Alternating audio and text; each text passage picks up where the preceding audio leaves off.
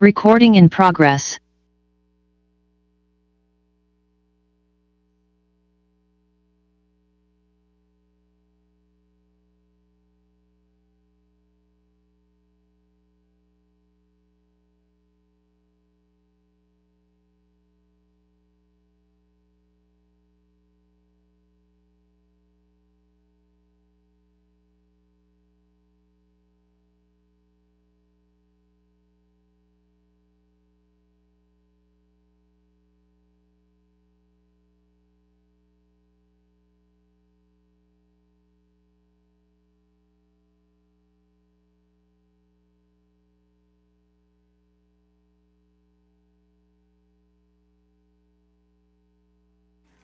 Chair Williams, we're ready to begin.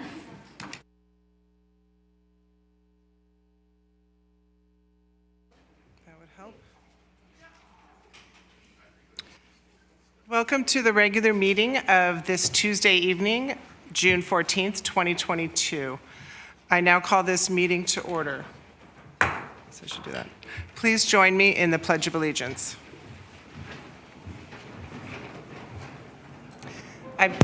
I pledge allegiance to the flag of the United States of America and to the republic for which it stands, one nation, under God, indivisible, with liberty and justice for all.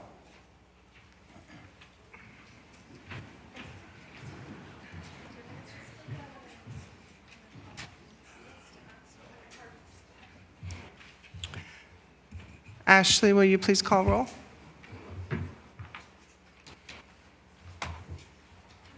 Yes, Chair Williams, Present. Vice Chair Ebnetter, Present. Commissioner Nugent, Present. Commissioner Patel, Present. and Commissioner Wiggins. Present. Thank you. Good evening and welcome. We're excited to be here in person and with options for virtual participation. There are several ways to participate. For those attending in person, there are 3 options to sign up to speak. Complete a yellow request to speak slip and hand it to the clerk, as I see you guys are doing. Number 2, sign in using the iPad at the back of the council chambers. And, or 3, scan the QR code to sign up. The code is located on a sign at the back of the chamber. If you are participating remotely, use the raise your hand feature in Zoom and you will be called on at the appropriate time. If calling in via phone, press star 9 to raise your hand, and then when you're called upon, press star 6 to unmute yourself. These options for public comment will remain available until I close the public comment period for that specific item. Okay, Ashley, will you please read the consent calendar? Yes, Chair Williams. Item number 1, Planning Commission meeting minutes approval. Approve the minutes of the regular meetings of 4/26/2022 and 5/10/2022, and the special meeting of 5/3/2022. Thank you. Are there any members of the Planning Commission that would like to pull this item from the consent calendar? No? All right. With that, if any members of the public wish to comment on the consent calendar items, now would be the time to make your comments. This is for consent calendar items only, which is the meeting notes. Okay. Nobody has come forward, so with that, we can move on. And the next item on the agenda is the public comment. Sorry, Chair Williams, if I may interject. Yes. We do need a motion to approve the consent calendar. Oh, thank you. Can I have a motion to approve the consent calendar item? Through the chair, I'll make a motion to approve the consent calendar item. Thank you. Can I have a second? Through the chair, I will second. Thank you. Can we have a roll call vote on that? Yes. Chair Williams, Approved. Vice Chair Ebnetter, Yes. Commissioner Nugent, Approved. Commissioner Patel, Yes. and Commissioner Wiggins. Approved. Great. The meeting minutes are approved. as the consent item 5-0. Okay, moving on. Next on the agenda is the public comment period.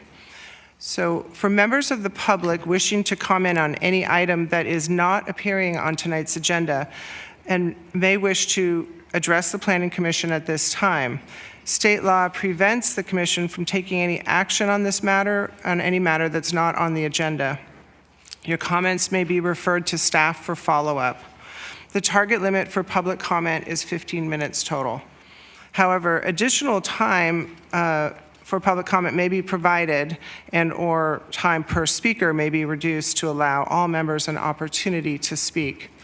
So at this time, is there anyone that would like to come forward for anything that's not on tonight's agenda?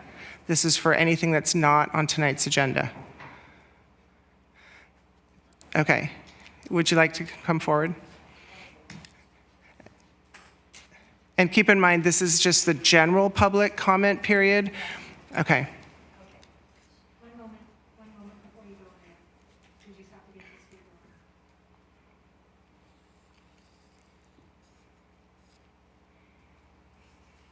on. My name is Diana Pettit, and I live at 221 South Fremont Street in North Central neighborhood.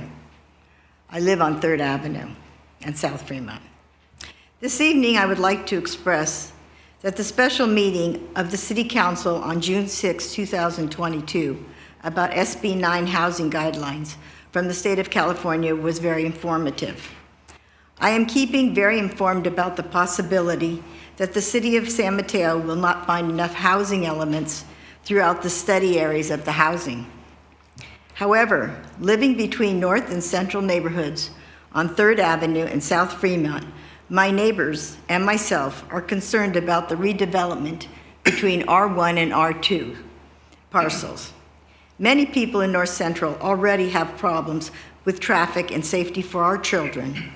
Also, seniors trying to cross the street. The proposed bike streets have only put a wedge between those who want to park their cars, living in places without extra parking, and bikers who like it for a healthy community. North Central neighborhood, for the last 2 decades, has been adding small dwellings and duplexes behind homes where oversized lots can accommodate the additional building. These residents have done in additions for their own personal property. If the need of construction vehicles for their developments, they always notify the neighborhood. The SB 9 State of California Density Study Map provides the guideline construction in the R1, R2 neighborhoods. 1, housing 1 block from transit, there is not any parking needed to be provided by the developer. 2, historical neighborhoods will be excluded. Again, the issue of more housing, more traffic, less hours, less areas for privacy, backyards, is concerning for all of North Central. Homeowners with backyards use them for privacy, family parties, and a place for their children to play without traffic concerns. Many of the backyards, even though they are not in historical areas, have our greatest resources for shade and home for our birds, heritage trees. Many of these heritage trees are now 75 years old. They also provide privacy between housings. The council was deciding whether to allow 3 or 4 buildings on these oversized lots. Personally, I know housing is important, but our North Central neighborhood has been studied enough with meetings and discussions. The dream to have a home with a yard, to play ball with your children, to make a garden, or read quietly is also important. Please, the homeowners of North Central neighborhood will decide if they want to add to their oversized properties. The guidelines for SB 9 do not need to be studied in our neighborhood. Diana Pettit, thank you very much. Thank you for your comments. Chair Williams, there's another public speaker via Zoom. Okay, go right ahead. Okay, Drew, you can go ahead and unmute your microphone. Good evening, members of the commission, staff, and members of the public.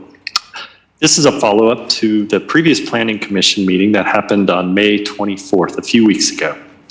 It's in respect to the item that was the pre-application of a mixed-use building at 477 9th Avenue between South Claremont Street and the Caltrain railroad tracks. During public comment, there was a mention about including, or the development could try to do things that would accommodate a future grade separation project at the railroad tracks and 9th Avenue. It was left kind of broad and general speaking. A commissioner also followed up on some of this in the grade separation thoughts and had some questions. At which point, the staff answered that there is no such plan. And in the process of answering, pretty much made it very black and white that there is no plan for grade separation at this location or through downtown. I respectfully disagree that there is no plan. There has been a plan for many years. It started, and it's even before then, but it's all the way back to Measure A tax that the voters passed in San Mateo County. This was done decades ago and refreshed, and it talked about grade separation through the whole Caltrain through the county. In fact, in more recent time that I'm aware of, during the City Council strategic plan sessions, and it's been on the City Council strategic plan for roughly at least the 5 years that I know, it's been an A or B priority. And there's been other meetings and discussions where some mentions of this has been. It's also been mentioned in some other planning development efforts and stuff, and it was never categorized as black and white from staff that there's no plan. In fact, earlier this year, Public Works submitted for council approval going after grant funding for the next phase of design efforts that are budgeted in the $8 to $9 million range of grant funding they're seeking. The Transportation Authority is aware the city is also going to be seeking some TA funds to help with the next efforts.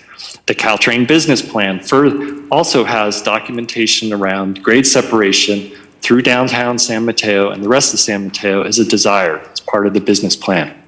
The city's submission to the high-speed rail environmental document also talked about grade separation was part of what needed to happen for the city's plans. The Public Works document that went to City Council had some broad ideas about what that might look like, but is by no means defined out. But there has been a plan. We can argue about what the word and the definition of plan means, but there's a plan for grade separation. And there's a lot of work to be done to flesh out all the details, just like we're doing the work to flesh out how we're going to build all these lots of housing units, or how we're trying to do climate change and stuff. There is a plan for grade separation through the rest of San Mateo. Thank you. Thanks for your comments. Are there any other comments, public speakers for the general comment period? Chair Williams, no, there are not anymore. Okay, great. At this time, we can close the public comment period and move on to our next item on the agenda. Can you read the information about the next item? Yes, Chair Williams. Item number 2, pre-application for a proposed 4-story residential building at 477 East Hillsdale Boulevard, PA 2022-021. Great, thank you. I wanted to make a couple comments first, that this is a pre-application study session to learn more about this proposed development, to receive public comments, and to provide input and comments to the proposed project and its design. The order of this item will be staff presentation, and then applicant presentation, some clarifying questions from the planning commissioners, public comments, and then commission deliberation. This item is a study session only, so there will be no action taken on the proposal this evening. Since we have a number of speakers tonight, if you wish to speak, please complete a speaker slip or sign in using the QR code or the iPad at the back, or raise your hand via Zoom if you're calling in. We want to create an environment where all viewpoints can be heard, and so do not speak out of turn or disrupt the meeting through clapping or jeering or other public displays for or against any of the speakers. We'd like to create an environment where everyone feels comfortable to speak. The applicant will be given up to 15 minutes to present, and the representative of a neighborhood group may also get 15 minutes in lieu of other members speaking. All of the members of the public are given 1 to 3 minutes to speak, depending on the total number of speakers. So at this time, are there, how many speakers do you see? Chair Williams, if I may, this would be the time for staff presentation. So, I'm sorry. yes. Thank you. I was going right into the next thing. Thanks. Why don't we go ahead and start with the staff presentation? Thank you. Good evening, Chair Williams and members of the Planning Commission. My name is Wendy Lau, Associate Planner, and I am here tonight to provide the staff presentation for an informational study session for planning application number 2022-021, a development project at 477 East Hillsdale Boulevard, agenda item number 2. The item before you tonight is for the proposal of 230 residential units at what is currently 477 East Hillsdale Boulevard. The site is located near the intersection of East Hillsdale Boulevard and Highway 101 and is shown on the screen in yellow. The site is bounded by East Hillsdale Boulevard to the north, East Hillsdale Court to the south, Highway 101 to the east, and a small city-owned landscaped area to the west. The Hillsdale Caltrain station is a little over half a mile away west of the project site. The site is located in the Regional Commercial General Plan Land Use Designation and the C2-.5 Commercial Zoning District, where residential use is allowed if approved through a special use permit by the Planning Commission. The site is comprised of 3 parcels totaling 133,104 square feet, which is equivalent to 3.05 acres.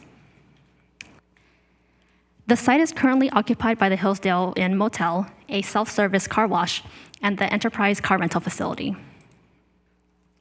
Surrounding uses for the project site include a landscaped area to the west, a major arterial street, Hillsdale Boulevard to the north. Highway 101 is located to the east, and 2- and 4-story multifamily buildings are located to the south. Past Hillsdale Boulevard are more commercial uses, including Kaiser Hospital and Whole Foods grocery store. A gas station and other commercial buildings are located to the southwest towards the entrance of Hillsdale Court. In addition, to the south and the west past the multifamily buildings and the commercial buildings are many single-family homes, many of which are located in the San Mateo Glendale Village neighborhood. The proposal consists of the redevelopment of the existing structures into a 4-story residential building for 230 rental units. The building height would be approximately 4 stories and 51 feet 4 inches tall. This exceeds the allowable height limit of 40 feet, which is a state density bonus law waiver request. The building would also total 246,833 square feet for a floor area ratio of 1.85. This exceeds the floor area ratio of 0.5 and is also a state density bonus law waiver request. The project consists of 151 bedroom units and 82 bedroom units. The units would range from 777 square feet to 1,037 square feet in size. Of the 230 units, 23 would be below market rate units dedicated to the very low income level. The proposal also includes 283 on-site parking spaces, of which 268 would be located in an underground parking garage. 5 would be in a small surface parking lot to the west, and 10 would be in a surface parking lot to the east. The parking spaces would be entirely dedicated to the residents, as visitor parking spaces are not proposed. A loading zone is also located in the eastern parking lot, and the applicant will also be requesting a street loading zone towards the west. Staff did want to take a moment to briefly explain the history of planning applications for this project site. Previous property owners and applicants have submitted applications to the city with various development proposals. A summary of the site's most recent application history is provided in this table.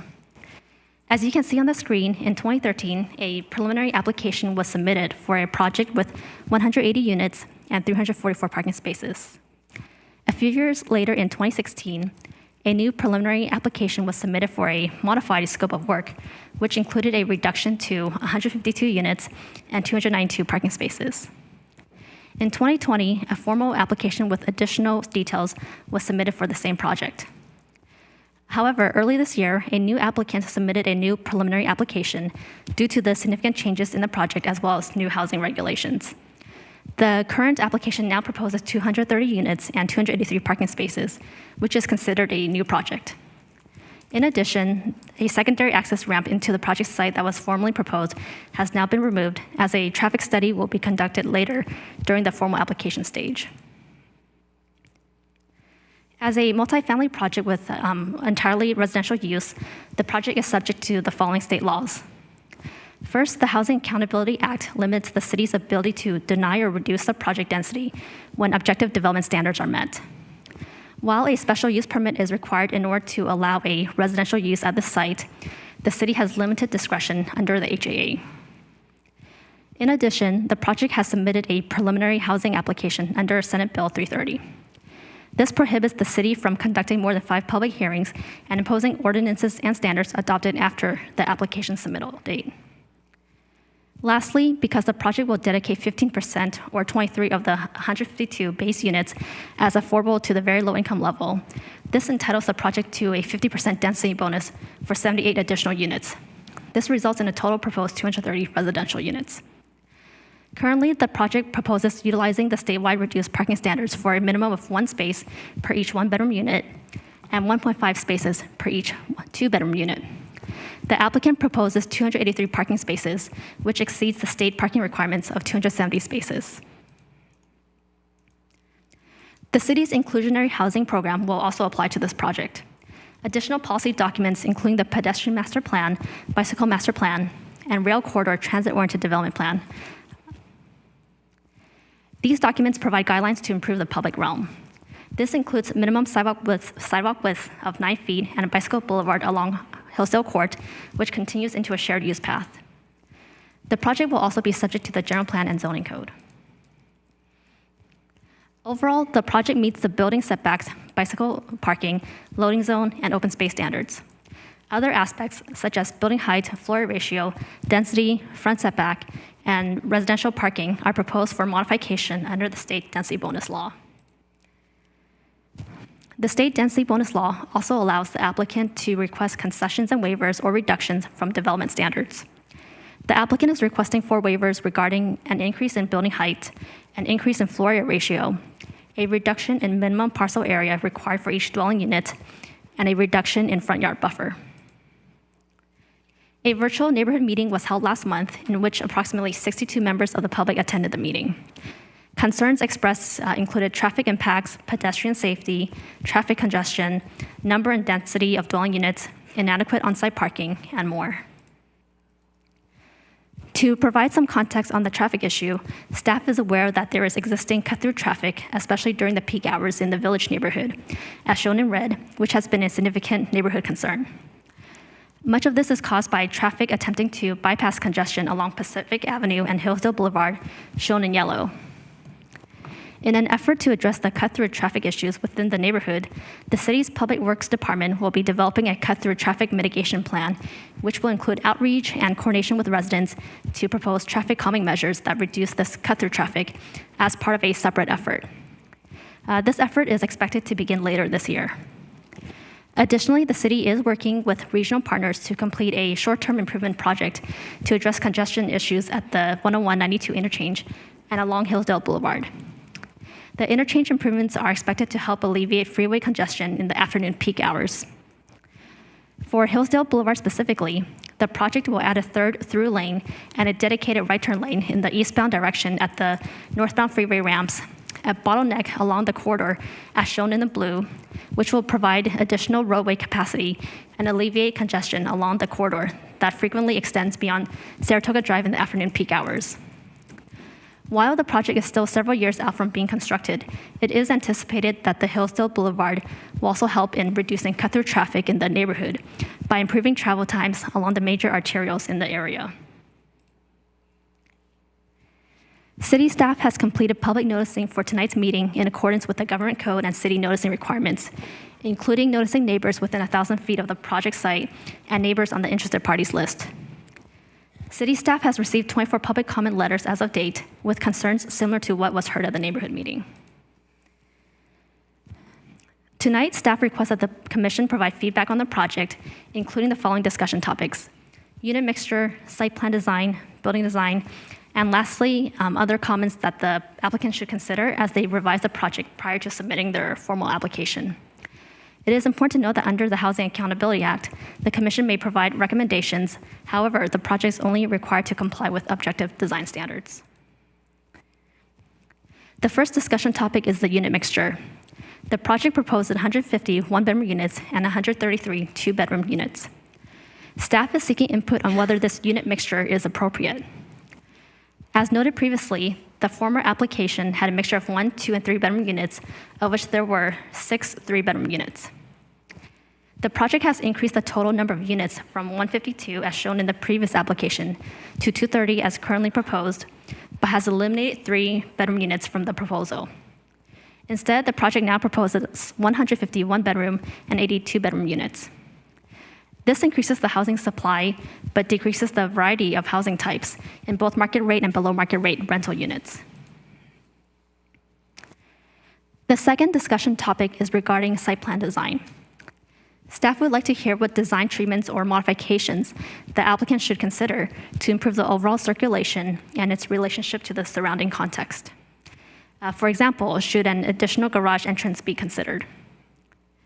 The site's parking garage for 268 vehicles is currently only accessible through a two-way driveway from East Hillsdale Court cul-de-sac leading into the garage entrance from the west of the building, as shown with the yellow arrow.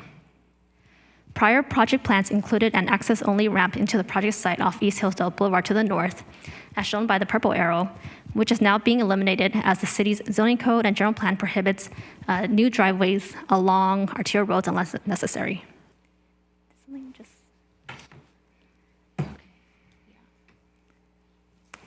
Excuse me for a minute.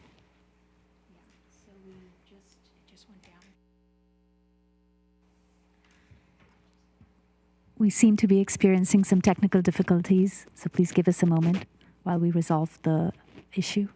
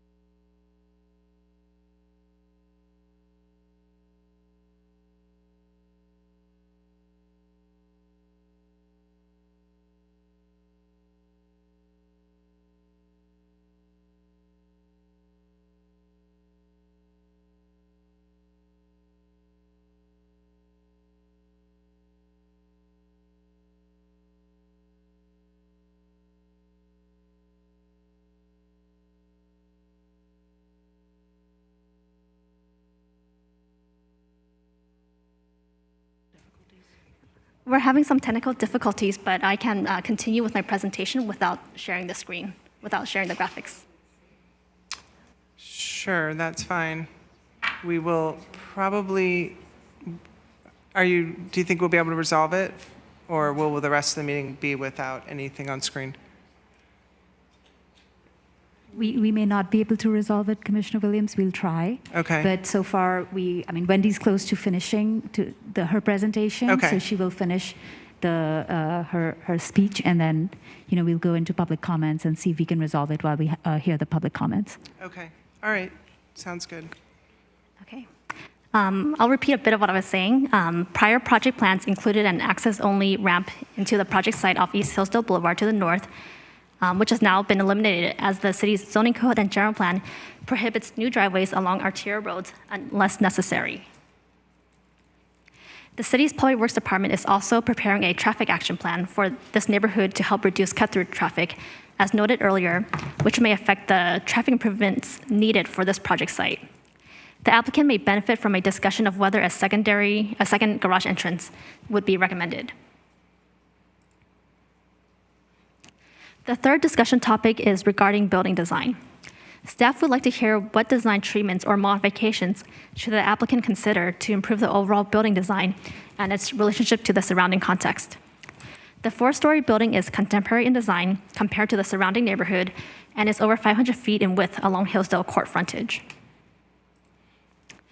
2 central courtyard areas are located at the center of the building. The project may benefit by having a portion of its courtyard open space shift to the front or the side of the building to form a smoother transition with the surrounding neighborhood. This might also appear more visually aesthetic to pedestrians who may frequent near the project site. A design review letter for the previous building design has also been prepared by Canon Design Group. In addition, at a previous Plan Commission study session, the Plan Commission requested a softer building design that would be more in harmony with the residential district nearby. A discussion of whether the proposed project has addressed this comment would be beneficial.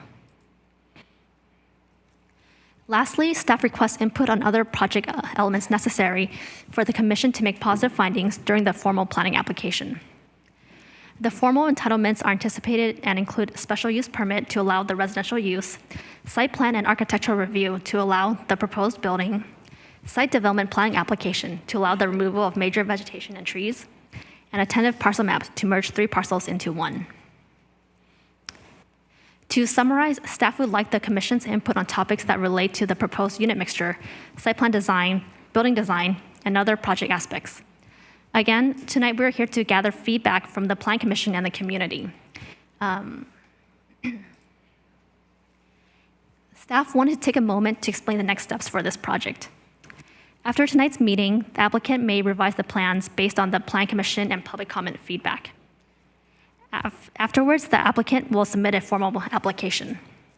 The formal application will include a CEQA environmental analysis, which includes technical reports such as traffic studies and a noise report. The process also includes public review of the CEQA analysis. Finally, when the project is ready, the project will be brought to the Plan Commission for a public hearing for a decision. This concludes the staff's presentation. City staff, including Bethany Lopez, our senior engineer from the Public Works Department, are available to answer any questions the Commission may have. The applicant is also here in person and remotely to present their project and answer questions as well. Thank you. Thank you for your presentation, Wendy. So at this time, we'll move on to the applicant presentation. And they may be in the same situation where they need to speak with us without a visual. Yeah, That's fine. And I mean, I think everyone here has reviewed it, so hopefully we know.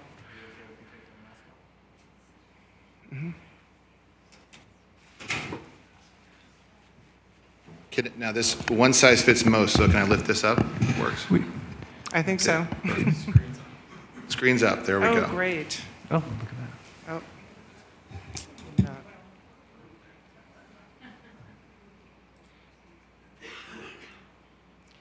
I mean, we commissioners have the advantage of having our on screen here, but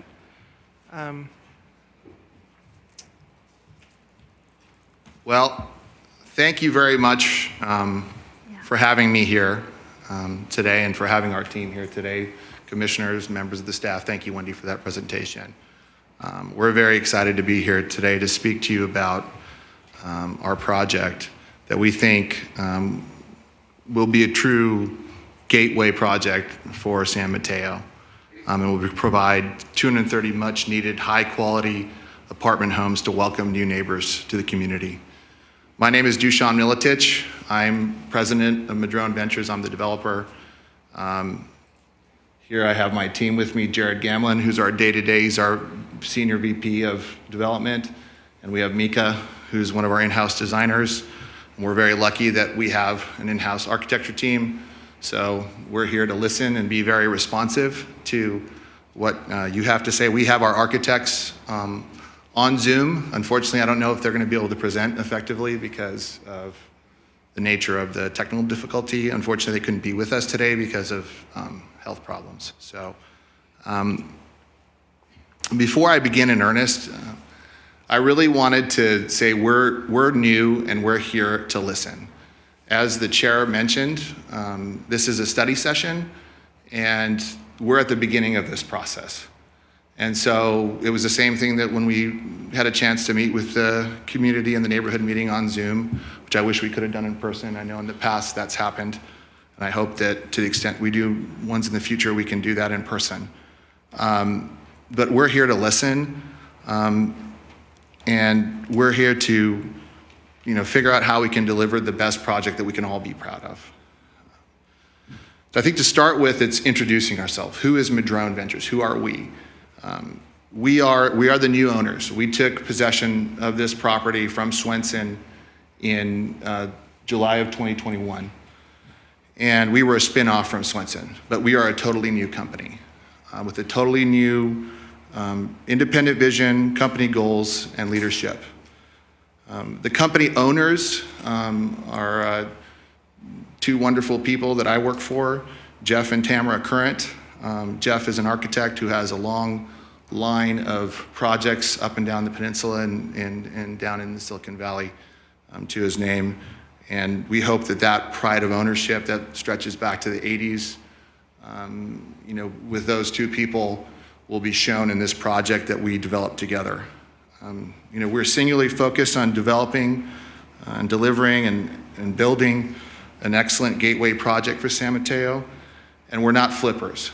So we're here for the long haul. We're here to be your neighbors, and we're thinking about this project in a way where it's something that when it's finished, we can all be proud of and we can all live with and we can all love, hopefully.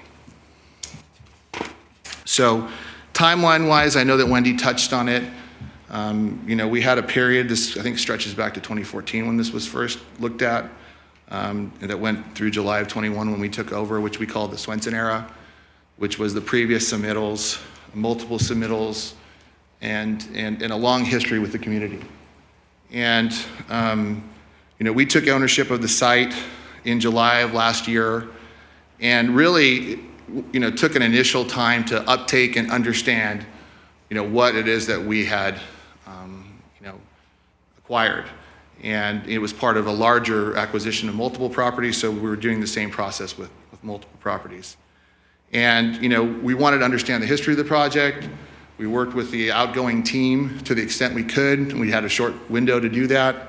We wanted to honor the work that had done previously, but we also wanted to have a fresh set of eyes and have a blank slate and approach it with the realities of today's world where, we're in a situation where there's a desperate need for housing. And I think like San Mateo has RENA numbers of 7,015 that have to be delivered by 2030. We'd like to be part of that solution to the extent we can. And so looking at this project, realizing that we had a set of plans that had, frankly, a lot of relics that went back to 2016 when this was first submitted. I know when we first got involved, there was a request to get in front of you for a study session as soon as possible, because I think there was one commissioner that had actually seen the project presented in chambers when it was originally presented. So we took a good hard look and realized, it would be a disservice to not do what was possible on this site. So in March of 2022, we came to the city with a new SB 330 submittal under state affordable housing laws. Our first order of business is we had the community meeting with the community that we scheduled voluntarily. We noticed more than what was required, per Dennis's request, to make sure that we could get the word out and that we could hear everything that everybody had to say. And we heard it. The two big things that bubbled to the top were how do we work on traffic, how do we work on parking? Those were the two big ones that kept coming up. I think that was, more so than the unit counts. Today we're here for another voluntary planning commission meeting to hear what you have to say and to figure out how we can integrate that into our plan. If I may, if I may interject through the chair, we are up and live, and my understanding is the applicant's team has a total of 15 minutes. Is that correct? Yes, that's correct. Mm-hmm. So if you'd like your architect or to turn it over to your architect at I'd any love to point, turn you it can over do to that. my architect. They can talk about the plans better than I can. Okay. Thank you very much. Thank you.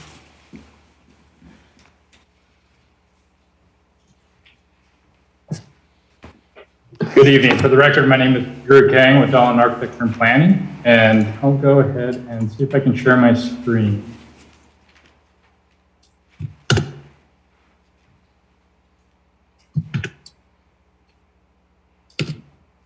How is that? Can everybody see the screen? Yes, we can. Great.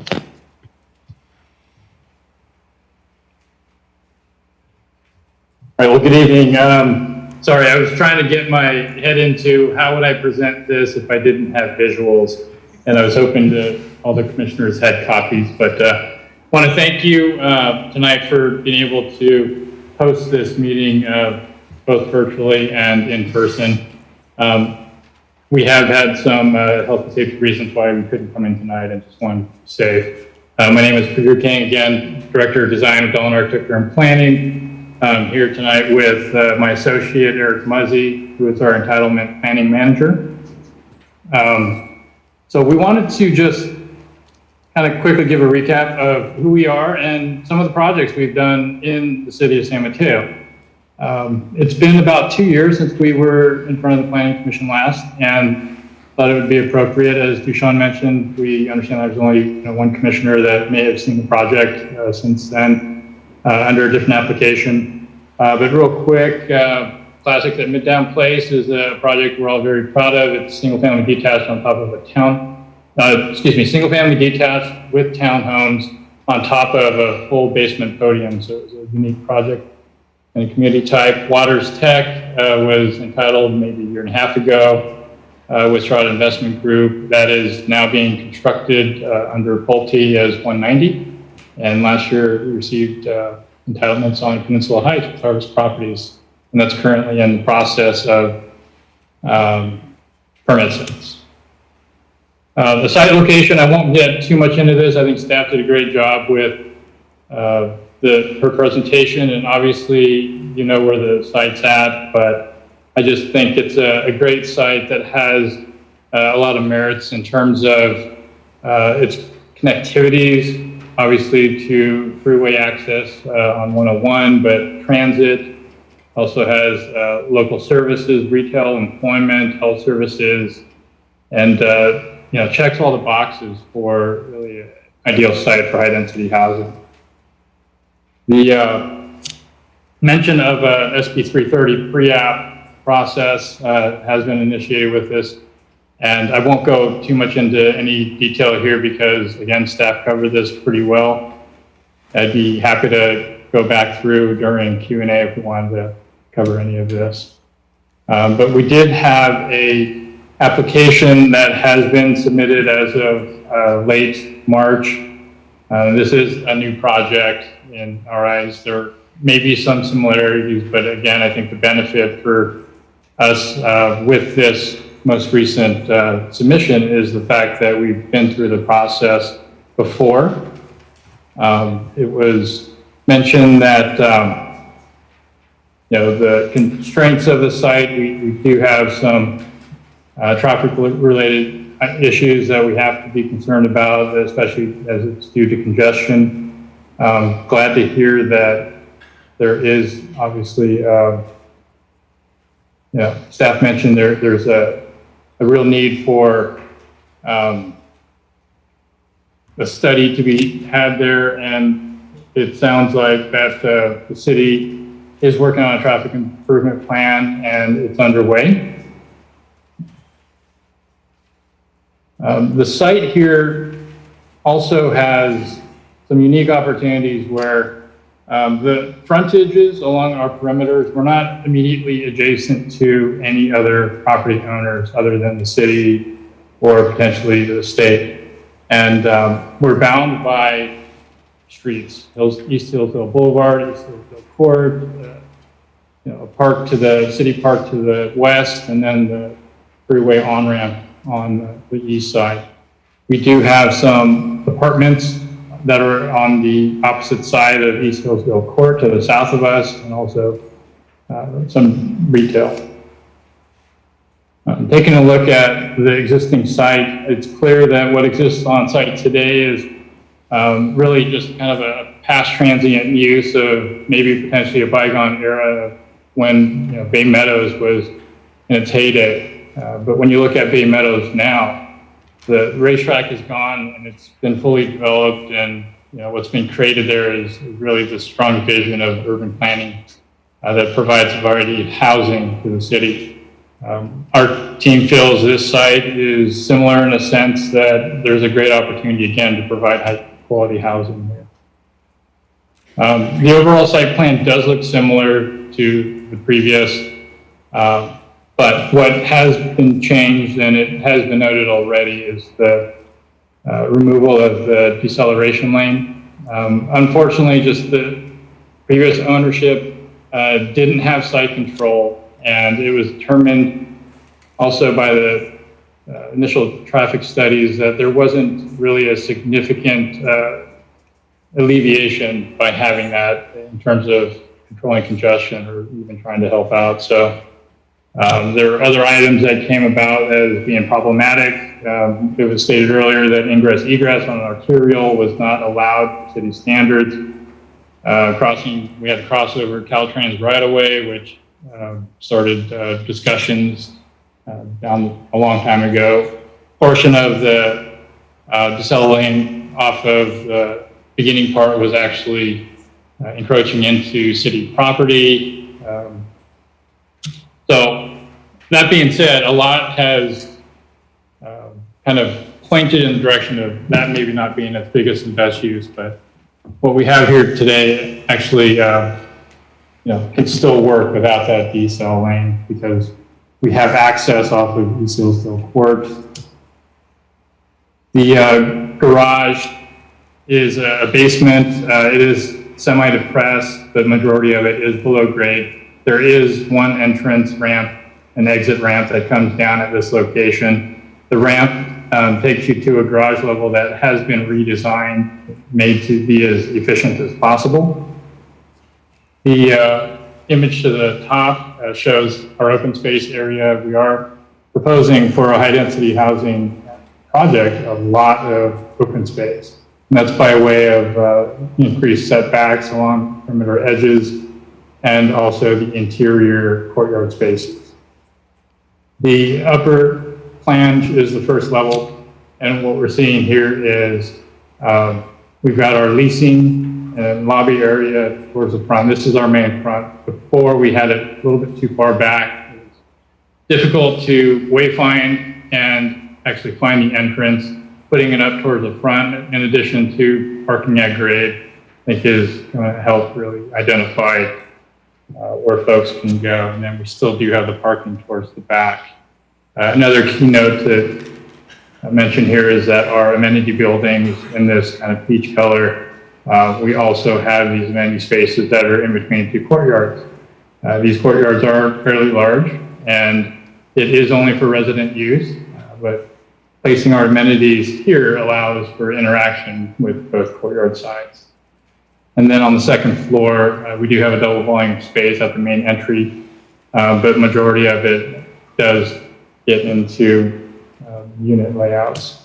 And then on the third floor, upper image is our typical unit layout here for the building. And then on the fourth floor, we do take off a couple of units here so that we can get a small roof deck up there. And again, its positioning is intentful. It's supposed to try and create visual connectivity to those courtyard spaces below.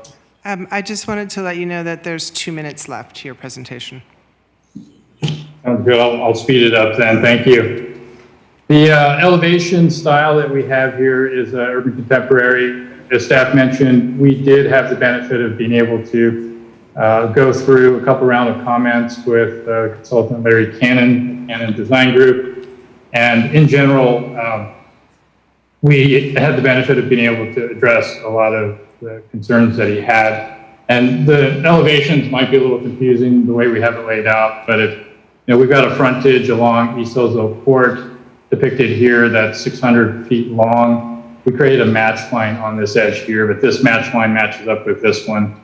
So we broke it up just so you can see that the architectural character does change midway through the building, but it's in a complementary color and material scheme. On the far side, along Hillsdale Boulevard, same thing with the match line. We did separate the building in half in terms of architectural character and theme using different material palette and color blocking. Wanted to ensure that from the last submission to this one now, we are still proposing high quality design, a lot of exterior articulation, and creativity with facade design. And then lastly, we have our sustainability measures. Having a site selection that has an infill site with existing utilities is always a benefit. We're increasing our bike parking counts for long-term and short-term. We're going to embrace EV charging stations. We're providing 44 stalls, all electric building.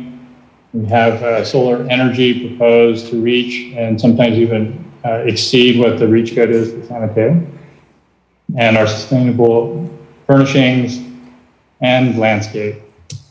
So that said, as Deshaun mentioned, we're here to listen tonight. We look forward to the feedback and continuing this process for the community. Thank you very much. Great. Thank you very much for your presentation. At this time, I wanted to see if there are any clarifying questions for of the planning commissioners for either the staff presentation or the applicant's presentation. I'll start with you, Commissioner Patel. Thank you. Through the chair, I have a couple of questions. The first one is for staff. So the staff noted in their presentation that this project is subject to the Housing Accountability Act, and as such, we cannot reject it as long as it meets objective design standards. I was wondering if you could go into some additional detail. Are we or the city permitted to ask the applicant to reduce the number of units or to reduce the height of the building or to increase the number of parking spots? I'd like to defer this question to the planning manager.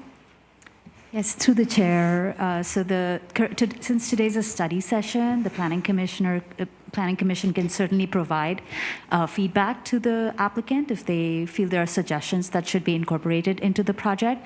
However, once the formal application is in and it comes in for an action, the commission can only act based on the objective design standards that the project would be subject to. So it's certainly something that you can suggest to the applicant to do for their consideration, but it's up to the applicant if they want to make those changes or not. Perfect. Thank you so much. My next question is for the applicant. I was wondering if you could explain what is constraining the mix of 1-bedroom and 2-bedroom units or preventing the inclusion of 3-bedroom units. So it was really getting back to that notion of honoring the past and trying to maintain the scale of what was there. So we were really trying to keep it, add the minimum we could in height. And when you only add one level, we were able to, this was the ability for us to solve without adding studios, which is what we didn't want to do. We wanted to have, full 1-bedrooms to be able to hit that unit cap without having to go another floor up, right? Or having to reduce open space. We wanted to keep the character of what had been worked on for years previously. I think when we first sent the plans out, the comment was like, this looks like the same project. Well, it wasn't. We'd added a floor, and that was intentional. So it was a function of solving for that constraint of this notion of, hey, we're trying to continue with as much that had been done previously and honor with the work that had been done previously, honor the scale and the scope, have it fit. There's 4-story apartments across the street, and to the extent we could, keep that height down. Okay, thank you. So if I'm understanding correctly, it was not a physical limitation of the constraints of the site, but more of a desire to honor the previous design. To honor and not add a tremendous amount of height. Great. I have actually 2 more questions for you. No problem. Actually, I think I'm going to save the next questions for comments because they're more of commenty/discussion. So I think that's it for me. Thank you. Thank you. Commissioner Ebneter, do you have any questions? A couple of quick ones for staff first. Is this site currently being used by residents using housing vouchers from San Mateo County? I know in the past it had been used. Staff is not aware of that, but that's something we can look into for the formal application. Okay. And in I was the planning commissioner who has seen this project prior. And in 2016, I think there was a study session, and then the project went quiet until around 2020. And the reason that the previous owner said that there had been such a delay is that they had been working with the state to confirm they could have an ingress off of Hillsdale, East Hillsdale. And now it appears as if that isn't an option unless the city finds it necessary to occur. You've painted a little bit different picture where it isn't an option at all. I'd like to know from the city if that is still on the table. Is Public Works available for comment on that? I can respond to that. I believe the option is on the table, but it would need to be determined through the traffic impact analysis. If there are findings that some sort of mitigation or operational deficiency is found, that would help alleviate those deficiencies that are identified. Okay, thank you. So when the architect was giving his presentation this evening, he mentioned that there was a preliminary traffic study, which I was not aware of. I always assumed there most probably was. And what he said was that it did not appear or show that that type of an ingress onto the property would help alleviate the traffic. Has that preliminary traffic study been shared with the public or with city staff or any other entities involved in this? I mean, I'm not aware of the nature of that preliminary study. So that there's studies that the previous developer may have done that were, I think, informal. I don't know that there was a formal study done. And so, because there was never a formal submittal done. And, the problem with that, beyond just there's the Caltrans issue, but there's also a city land issue there too. So not only is it, so you have two separate sites that we don't own or control. We don't have site control on the Caltrans land. We don't have site control on the city land for that to allow the ingress. So it's not something that's in our control. We actually designed the project where we had designed it such that if the city ever wanted to do it, it could accommodate that. But my understanding was that it's prohibited by current zoning codes to access an arterial and by the general plan.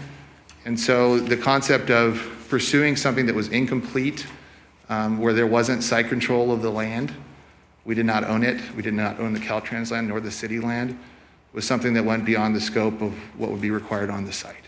Okay, I appreciate that answer. Per the Public Works, the driveways along arterial roads such as East Hillsdale Boulevard are not granted unless necessary. So I guess a formal application with a traffic study would determine if it would be necessary or not. That's correct. Okay. So I'd like to briefly touch on the special use permit that is being asked for, and I know that we will discuss it in more depth later. Yet, for a special use permit to be denied, it can only be denied if it's determined that it would produce a health and safety issue, correct? There are required findings in order to approve a special use permit and to deny a project under the Housing Accountability Act. There are required findings necessary, including health and safety impacts, yes. So the special use permit also would be allowed or connected to the traffic study, because if the traffic study shows that there is a health and safety issue, then a special use permit would not be allowed. Is that correct? Yes, through the chair, the findings for the special use permit would have to be made in order to grant the special use permit, and one of the findings is associated with not causing traffic Okay, impacts. so granting a special use permit is not a given. Correct. Thank you.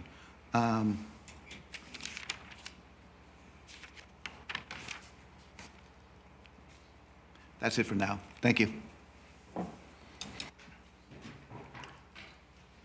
Commissioner Wiggins, do you have any questions that you'd like to get clarified at this time? I do, thank you.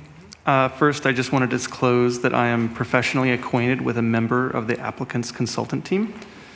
And additionally, based on the architect's presentation tonight, I am now aware that I used to live in one of their previous projects in San Mateo.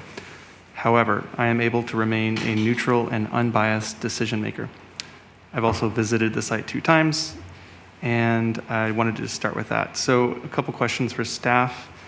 In reviewing materials for this, I understand that there's a pedestrian crosswalk at Hillsdale and Saratoga, which was relocated from the east side of the intersection to the west side. Just curious, is there any information about whether that improved safety or vehicular throughput, or do we have that information? So we don't have, I don't have any information on that on hand to be able to lend to anything objectively. But the relocation was done at the request of the neighborhood, and it was pursued through a project a number of years ago. We can get the information about the collision information, but we don't have anything right now to suggest any operational benefits as a result of it. Okay, thank you. And can I ask one more for staff, maybe back to you? Also, in the vicinity of this project is a planned bike and pedestrian overcrossing of Highway 101. Just curious on the status of that project currently. That project has completed, if I remember correctly, the environmental analysis for that. However, staff have pursued funding for the project design and have yet to receive funding for it. So that's currently the status that we're in. We don't have funding to pursue design at this point. Thank you. And I have 2 for the applicant. If I understood your letter from Cox Castle Nicholson correctly, and I apologize if I'm misparaphrasing or misspeaking, I understand that the project would be infeasible with a 15-foot setback, and just wanted to understand from your perspective how that actually would make the project infeasible if it was moved back to the 15 feet. In terms of, once again, we would be reducing interior open space. We would be forced to, it's kind of like whack-a-mole. You push one way, you're going to go up another way. And so, we were trying to deliver a, pleasing project that would integrate into the court in a way that, had previously been shown and seen. So it's something that we're pursuing as a waiver, I believe. Is that how it works? Correct me if I'm wrong, Wendy. I don't have the Yes, letter. I believe you're requesting a density bonus waiver. We're requesting a waiver. And so I think it's, within our right to do that, but, we're looking at how we can deliver the best possible project, right? So to the extent that there is a way to design it, we studied it, and, we were trying to stick to something that we thought was like human scale and would fit with what was across the street and would allow us to hit that unit count. Okay, thank you. One more for you. How does trash staging work? And I ask that because just looking at the plans, I see the trash room all the way at the east end. I see a note on the plans with a trash staging area that's all the way on the west end. And We wanted to create 2 staging areas, really. So we have a single staging, that's the main staging area. The issue was that before you were staging everything downstairs, bringing it up. This is something we spent a lot of time talking about. Just from a practical ownership standpoint. I mean, I'm a person who's likes to think about things practically from an ownership standpoint, and how you make it as easy on staff and as easy on the people there, moving things around and as convenient to the residents so that they didn't have to walk, all the way down the building to get to a trash chute. And so, we were trying to stage it basically out of 2 places where, either we would be bringing it all the way up around to that single staging area, or we would be bringing it from the 2 on-grade trash rooms that we created to the staging area. We figured that was a shorter path of travel and an easier job for the people that were working on that situation. Okay, so from the trash room on the east end, would it be the case that the dumpsters, for lack of a better word, are pulled all the way to the other end? Or you're saying, no, there's a second staging area on the east We end? have a second look. Yeah, there's Okay. two, Jared, you want to talk two to staging areas. We have an east and a west. Gotcha. So yeah, so then we have the staging zone on property on the east side of the property. Gotcha. And then the on-street loading zone on the west side. Okay. Yeah. Thank you. Question clarified, and no more clarifying questions for me. Okay, great. Are there any clarifying questions from you, Adam? Yes, I have a few. Most of them have been answered and asked. So I don't want to beat the dead horse, but I wanted to clarify some additional information around the project in SB 330. So is it that the only discretion that we have as far as a special use permit is concerned is it has to be based on objective findings from the traffic study or similar sort of finding? Is that what we're saying? Not exactly. Okay. So there's, through the chair, if I may address Commissioner Nugent's comments. So there are several layers of requirements on a residential project. There are requirements that apply at the state level under the Housing Accountability Act, which speaks to limited discretion that a city has to impose standards that are not objective. There are requirements under the Housing Crisis Act, which essentially freezes the requirements when an application is submitted, so a city cannot change requirements on an applicant during the review process. And then there are provisions under the density bonus law that also speak to how a city cannot ask an applicant to reduce density, or the city has to grant waivers or concessions unless there are findings that can be made that there is a public health safety impact. So that's at the state level. At the local level, the project is subject to a special use permit because it's a residential project in a commercial district, and there are specific findings in our local ordinance that speak to public health, safety, and welfare impacts. I don't have the finding up in front of me, but there are several other requirements that have to be met in order to grant that special use permit. However, given that this is a Housing Accountability Act project, the city does have limited discretion. So how we review the project under the special use permit is tied to the Housing Accountability Act and the requirements of the state. Okay, thank you. That's very helpful. Yeah, it's a little complicated. The other question I had, and this is probably perhaps for Public Works, I was looking at the site plan or the engineering plan, and it noted that State of California owns the land between the project site and the on-ramp. Is that State of California, or is that San Mateo land? There's a berm there. And it's also, there's a crossing at that intersection of Franklin Parkway, kind of basically near the Franklin Parkway intersection.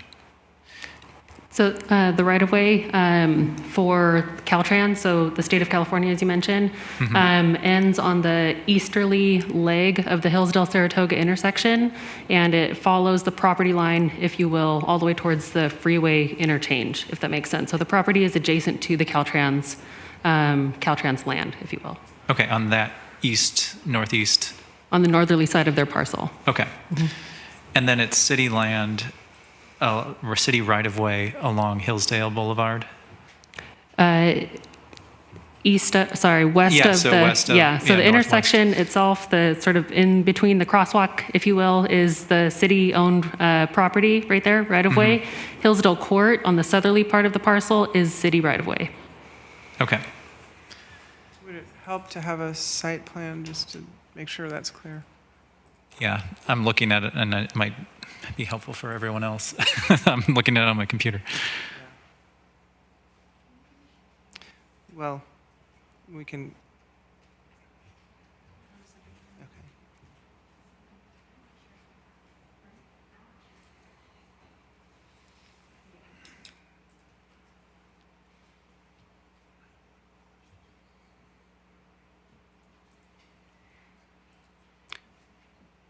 Well, we can keep going.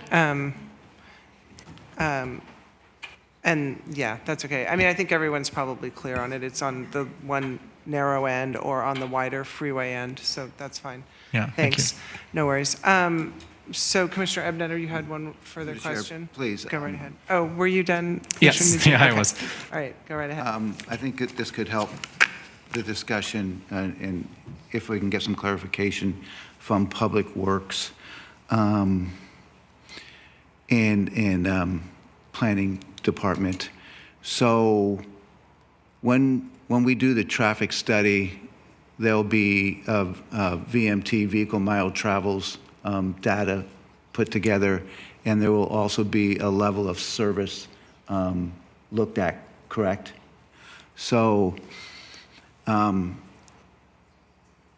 we're not only looking at what effect this project will have on traffic, yet we'll be also looking out 20 years for development in that neighborhood, correct?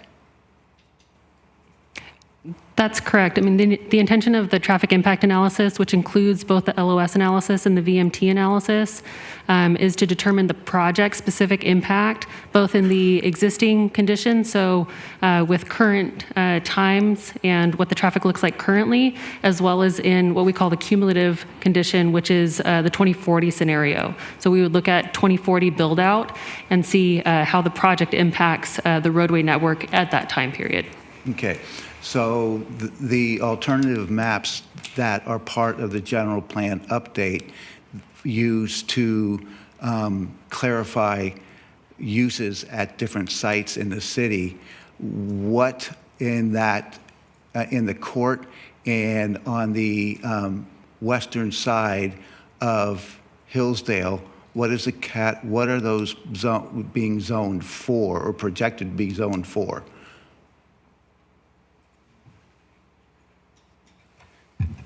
This site is, this is a smaller study area site. This corner, I would need to go back and look specifically at the uses, but there's not a lot of additional growth in this particular quadrant of this study area as part of the general plan update, but there is anticipated growth in the greater vicinity that would be utilizing Hillsdale Boulevard and traveling through this intersection to varying degrees. So I remember part of the discussion for that area was what the city was going to project at the existing commercial sites adjacent to this, just west of this property. And I believe those were all commercial mid-rise facilities. So not only does this project need to be looked at in a projection out 20 years, yet we also need to accommodate or account for possibly hundreds of new homes in the area, which this intersection could be impacted by. And I just want to make sure that we are able to use the most current information available of our projections of what this intersection will be asked to burden over the next 20 years. Is that something that the city incorporates in their studies? So when we conduct the studies utilize data that is approved at the time that the study is conducted. So if the request is to review, or if the question is, do we review the proposed land uses that are included in the updated general plan, the forthcoming general plan update? No, we do not, because that's not an approved document at this point. We would use the current general plan values and any projections that were established through that current general plan. Okay, so even though the long-term goals are not clarified at this point, whatever happens at this site will impact what can be built in the future. Sorry, go ahead, Zach. I was going to say, I'm not sure if I'm following what you're asking. Are you asking about near term or long term? I mean, this project would be factored into the model that's being developed for the general plan update that's in process. Is that what you're asking? Well, I thought it wasn't. That is my question. Are we using data that we're projecting out 20 years as it would relate to this project? This project scope would be folded into the model that ultimately goes into the general plan update, yes, because we would still have the ability to adjust that to accommodate. I believe the land use that we're looking at for this site would accommodate a project of this size. Okay, all right. Thank you. Through the chair, I have one more question.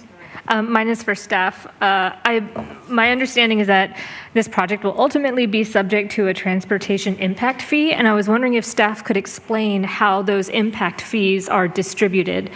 Do those fees go into one big pot that can be used anywhere in the city, or are those fees designated for use in the near vicinity of the site? I can respond to that. So the traffic impact fees, the transportation improvement fees, when that's established, a list of projects that is established essentially throughout the city is defined within the report for that, the nexus that defines the nexus. And then at that, when funds are received, they essentially go into a pot, and then we would distribute out per the projects that are on that list. Thank you. Okay, I also have a couple clarifying questions. Although what Commissioner Ebneter was asking, I just want to clarify that it also goes, I think you answered the question really clearly. And from the Public Works point of view, the future general plan update will not be taken into consideration if it hasn't been adopted yet. And so when you are doing the traffic study, possible future projects in that area won't be taken into account. However, is there, the timing is of the general plan, remind me of the timing of the general plan update, I guess. When is that possibly going to be approved? The general plan is on a timeline to be ready for adoption by the end of 2023. However, if there is a ballot measure associated, that would push it out probably likely through the end of 2024. So that would be the timeline for the updated general plan adoption. Okay, And so through we're the ways chair, off. if I could just provide a word of caution that the general plan is not on the agenda for tonight, so we just have to be careful about our comments and focus on the study session. Okay, thank you for that. My other comment or questions are, actually it's almost a clarifying item from my point of view.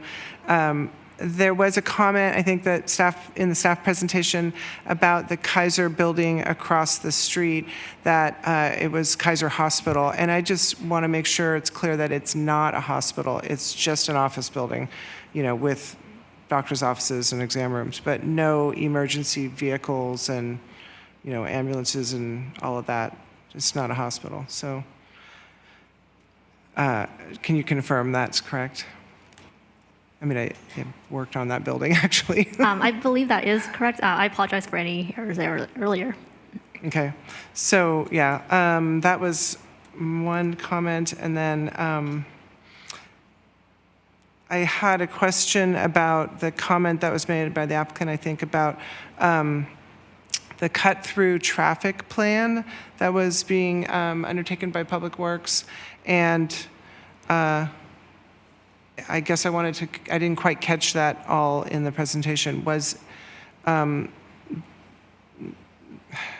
guess maybe that's a bigger question. There was a couple of comments about what the design solutions are, and they kind of went through it rather quickly. Can you elaborate on that slightly? Certainly. So we understand that there are cut-through traffic issues.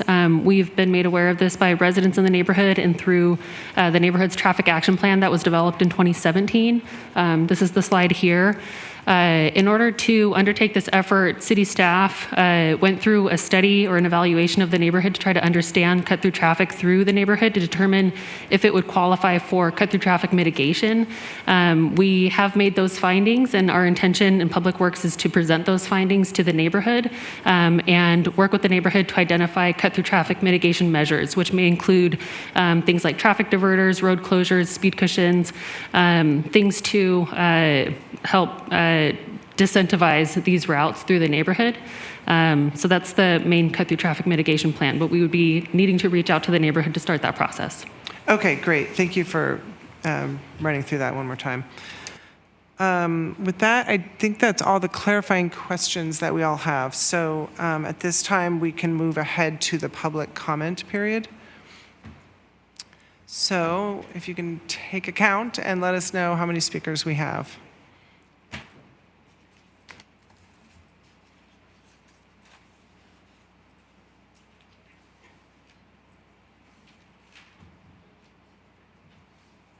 And actually, while you guys are doing that, I wanted to take this opportunity to remind anyone present that's going to speak to wait until your name is called before you step up to the podium.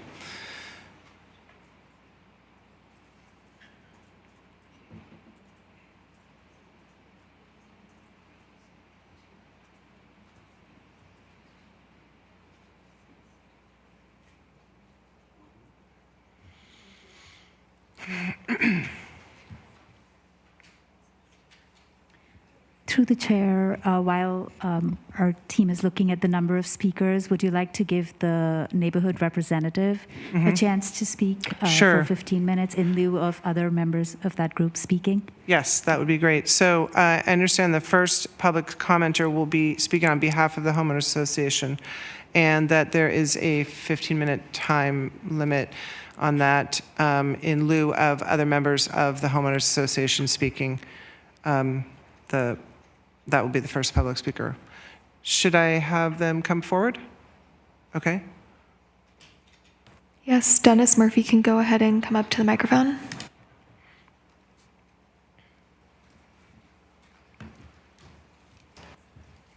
Good evening, commissioners. I'm here tonight in opposition of this current plan to redevelop the Hillsdale into 230 units of apartment housing, despite the need for housing in this area. I totally get it, totally understand it. I'm a realtor in the area. But as president of the San Mateo Glendale Village Neighborhood Association, I've been involved with this project since approximately 2013. This project originally started out with 188 units.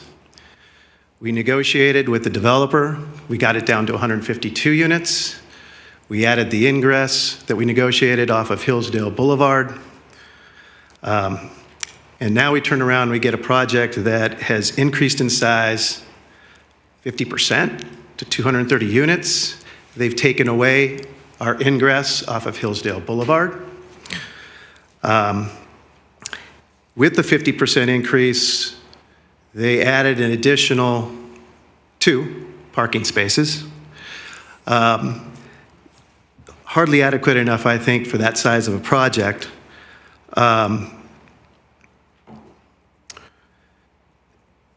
We've basically gone backwards. And so for 9 years to see this project now come back, and now it's even bigger than it was originally proposed, I can't tell you how disappointed my neighbors are. In fact, I want to acknowledge some of my neighbors. San Mateo Village neighbors, could you stand up that are here tonight? I would like the record show that we probably have this whole auditorium except for the developer here tonight. Thank you, everybody.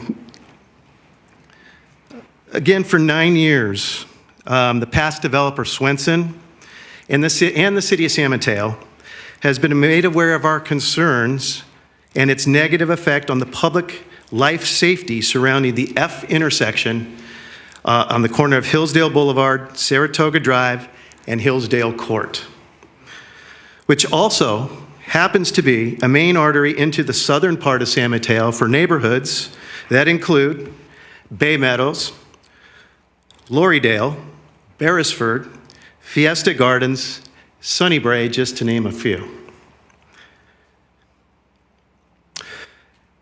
At the last Planning Commission study session meeting back on June 27th, 2017, and I don't know if any of you planning commissioners were here. John might have been still a planning commissioner then.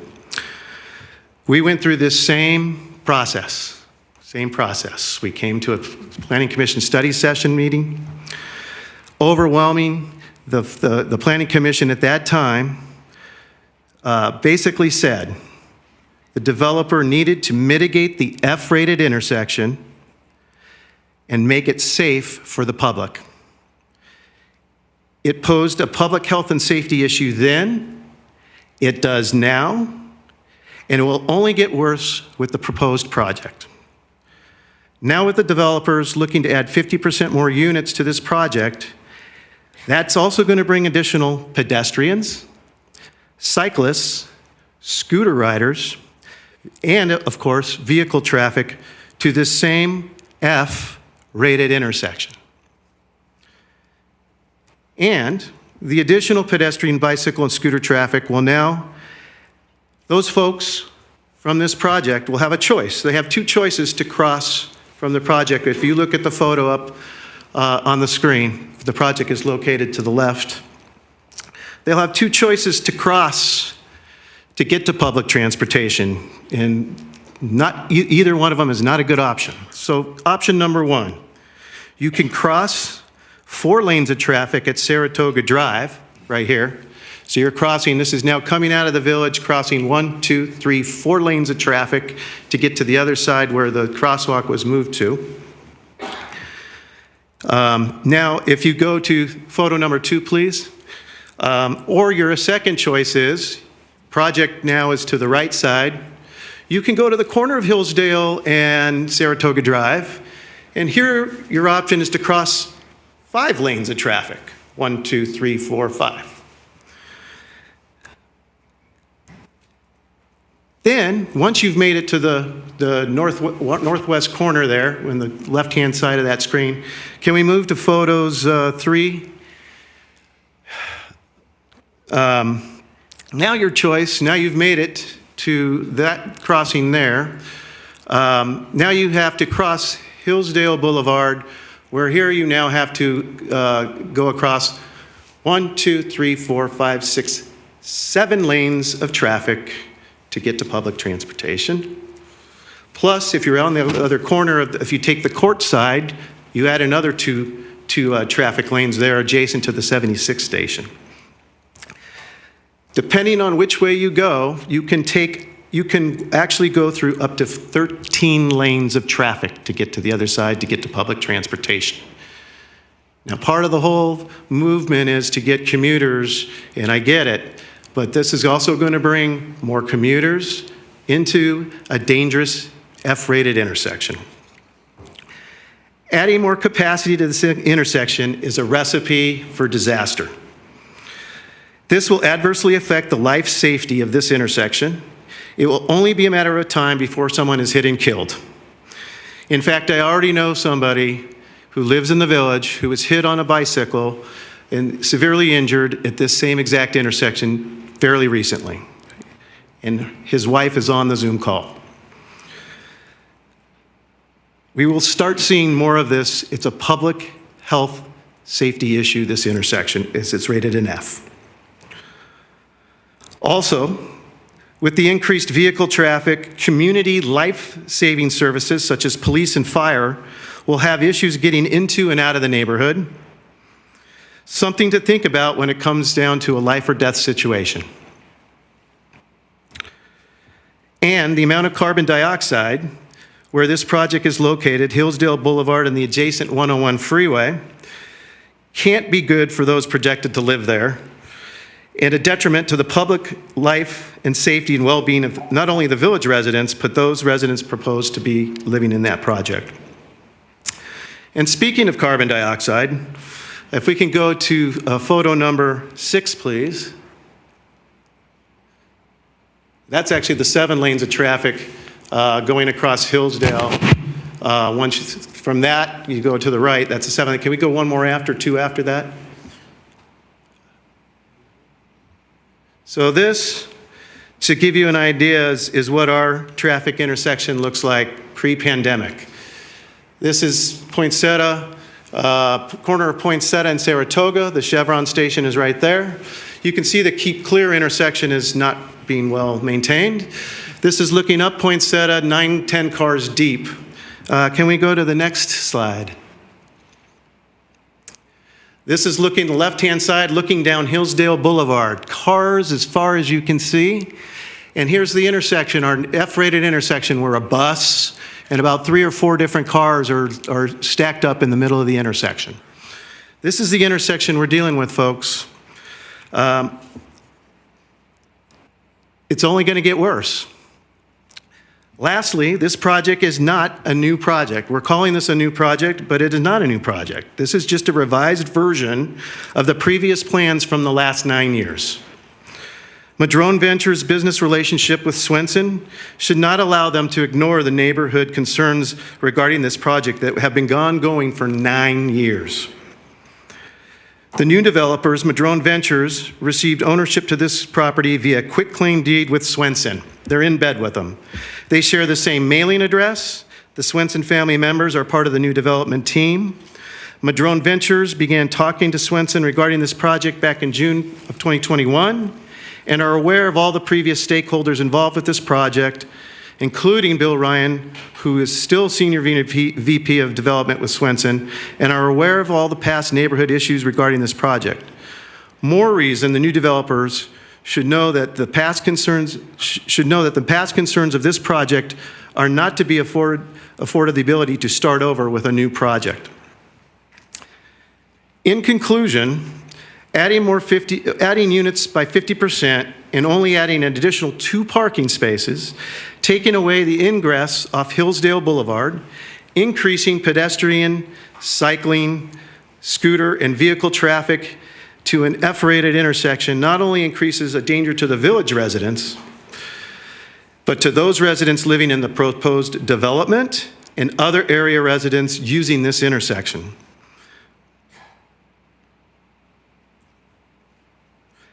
Like the Planning Commissioner said back in June 27, 2017, let's find a safe and effective solution to the F-rated intersection. Not only, like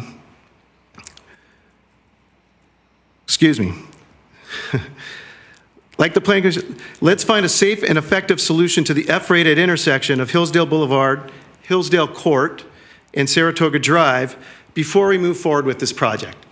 Our issue has always been this intersection, the F-rated intersection. We've been talking about it in multiple community meetings for 9 years. And for 9 years, the city of San Mateo has done nothing other than move a crosswalk from the east side of that intersection to the west side. They've done nothing to mitigate this intersection and make it a safer intersection. We're back to where we started 9 years ago. Please listen to the neighbors' concerns, and please take our public health and life safety into consideration when reviewing this project. Thank you.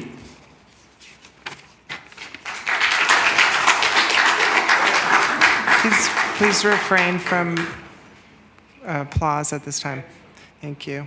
Thank you for your comments. And I wanted to see who else would like to speak in person. We're going to in person and then to Zoom? Yes, Chair Williams, right now we have 9 in-person speakers and 5 via Zoom. What would you like to set the timer for? I guess 2 minutes per person. I guess I wanted to ask, though, if these other additional speakers, since everyone stood up except for I think 1 or 2 people, are they also allowed to speak even though the Homeowners Association representative spoke on their behalf? Through the chair, it's an honor system, so if there was an HOA representative, they got 15 minutes. That was in lieu of other members speaking. Mm-hmm. However, that is based on the honor system, and we cannot preclude any member of the public speaking if they wish to. Sure. So let's go ahead with the first speaker, or the next speaker. Julie Lindsay, you can come up to the podium.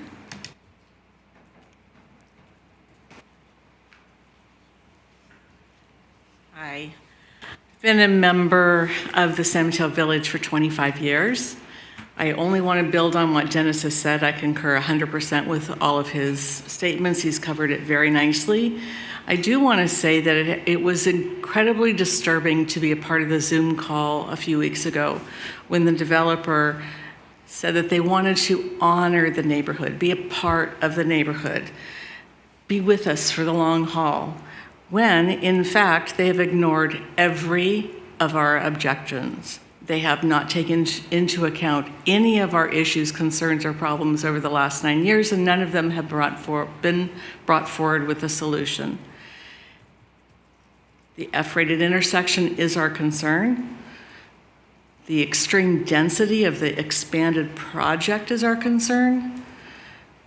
The fact that they're comparing it to Kaiser across the street being a 4-story building, so they should have one, when they have setbacks and parking lots and lots of space and lots of plantings around it to soften the appearance. These guys are going to go to 0 lot lines. Where are 230 dogs going to be walked? Those trees are going to be dead on the corner very soon. And then suddenly all of Poinsettia is going to be just a pea pad. It's real. We understand we want to improve that area, but turn it into housing for public employees, for the police, for the fire, for ambulance. Set up a CERT trailer there. Do something that benefits the city rather than continuing to exploit that intersection. It is a nightmare. Thank you. Thank you. Can we have the next speaker, please? Our next speaker is Brian O'Neill. Brian, you can come up to the podium. Hello, I spoke years earlier, like with Dennis. If you haven't been there, you need to go there and spend some time looking at this intersection. It is weird. There is the way it goes. In fact, people constantly are going to the next light, or not light, but the next part of this weird intersection. Doesn't work. The other thing is, we talk about units and how many people and all that stuff. Forget about units. It's cars. That's what I'm concerned about, is cars. And other things that Dennis mentioned. But, and you say 1.5 cars, these are going to be expensive units, I'm sure. You're not going to have somebody that can be living there by themselves, paying for it, and have 1 car or something. So that's not going to work. So this number of 1.5, what it is, I think you're being maybe a little naive. Everybody living there is going to have a car. They have a teenager in there in the 2-bedroom unit. He's going to have a car. There's no place to overflow on this street. It's not like you've got intersections and streets and parallel and all that kind of stuff. There's this one little area with a big apartment building and that kind of stuff on that area. There's no actual parking space. There's already on Poinsettia right around the corner. The cars are all filled up all the time. There's no room. So one other thing quickly. As far as this city goes, I've been here since '83. This whole idea, I know it's about money, but they bring in businesses, and then after they've got the businesses here, people want to live here. They don't want to be driving on 101. It's crazy. It's getting so bad around here, but it's way, way too much. You got to stop this path, and this is only a part of it. Thank you. Thank you for your comments. Next speaker.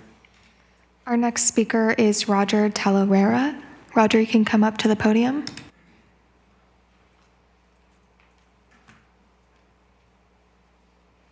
Good evening to you, ladies. And I've been living in San Mateo, Glendale Village for the last 40 years, and I've been seeing growing our neighborhood in vehicles, mostly. So now the first error you guys have as a public workers is making those 3 entrances going through our village, and whatsoever you never measure it, the width of those streets, park over here, park over here. The other day, some guy just ripped off all my mirrors twice. So, because you guys, letting it go through our village, making damage and not responding for it. Secondly, everything is good to them and to her. But what about us? We are the future victims suffering in the future. And what about the school? We have one school in the village called George Hall. What is the benefit for the school? Because they're gonna bring kids. On top of that, we're looking about 466 vehicles more. And on little neck, we go in and out. Just figure out how many lines we have to go through back just to get out to the Hillsdale Boulevard. It's negative. This is a negative project. I'm not against the progress, believe me. But the way they planning it, they had just only 283 parking space, but they have 466 cars. What about if commercial zone? All the employees, where they gonna park? They have to look around inside our village. But the main thing, what is the benefit for our village, the school? I don't see any benefit. They make their money, they don't live there, they're not suffering. We are the one who's gonna be suffering. It's ridiculous, this project. I will say so sorry, I don't agree. Have a good night. Thanks for your comments. Next speaker. Our next speaker is Matt Leonard. Matt, you can go ahead and come to the podium.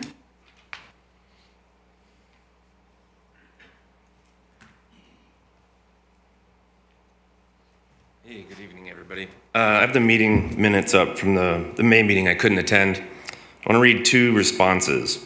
We plan to provide better connectivity from public bikeways and sidewalks into our project. What bikeways? That's what I want to know. Where are you connecting to? How are you going to get there? Dennis showed images. He was talking about walking across sidewalks. If I want to ride my bike out of one of those 250 bike spaces, right, you're going to put those in. That's great. How do you bike out of Hillsdale Court, get onto Saratoga, cross Hillsdale, keep going on? There are no bike lanes anywhere. How do you safely get out of there when it's gridlock? How do kids ride their bike to George Hall? Are you going to make a left off of Hillsdale Court onto Saratoga to get into the village? Where are you going to go? How do you get to Caltrain on a bicycle? That's what I want to know. I've heard a lot of promises over the last 10 years I've lived here. The bike master plan, there's ideas. Where's our bike bridge? The funding, where is it? Why has that not come through in the last, 5-10 years? It's just idle. So what is the future of the bike bridge? How does that connect with this property?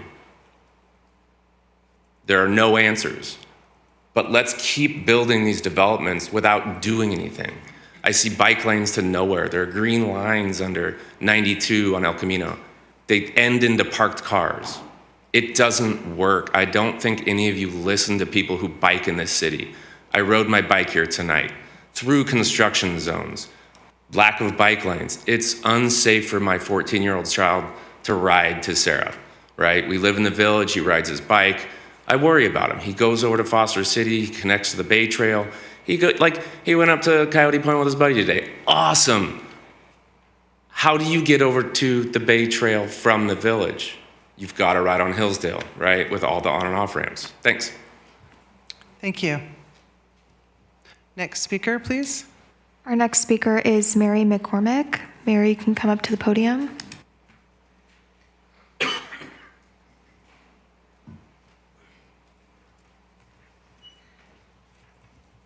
Hello, and thank you for the opportunity to speak.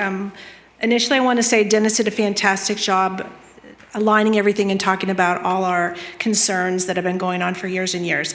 So I'm just going to strike on a few points.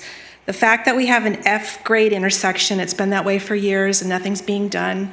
And now we're talking about not just the development, but an increased development, doesn't seem to address any of the concerns that have been brought up for years. It's the safety of a lot of people in our city. Also, if we're going to be, as was said earlier, high-quality housing residents for this new development, they're going to have cars, and it's a little bit unrealistic to expect that a one-bedroom is going to have one car. and a 2-bedroom is going to have 1.5. The numbers just don't work out.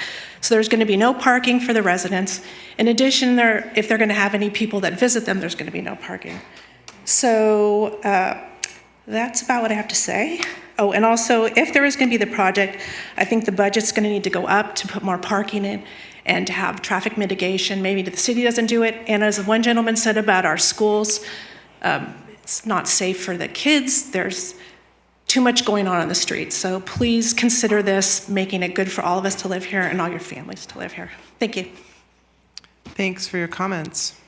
Next speaker, please. Our next speaker is Holly Hansen. Holly, you can come up to the podium. Good evening. Thank you for this opportunity. I have lived in the village for 40 years, so I've seen a lot of transition, a lot of change. When I first started living in the village, we didn't have the congestion that we do, created by building more businesses and residential areas north. Over time, getting in and out of the village, which has limited ways to get in and out, it has become very congested and very difficult getting in and out. So my main concern with this new building is the amount of people that are going to be crowding that intersection, which is already congested and crowded.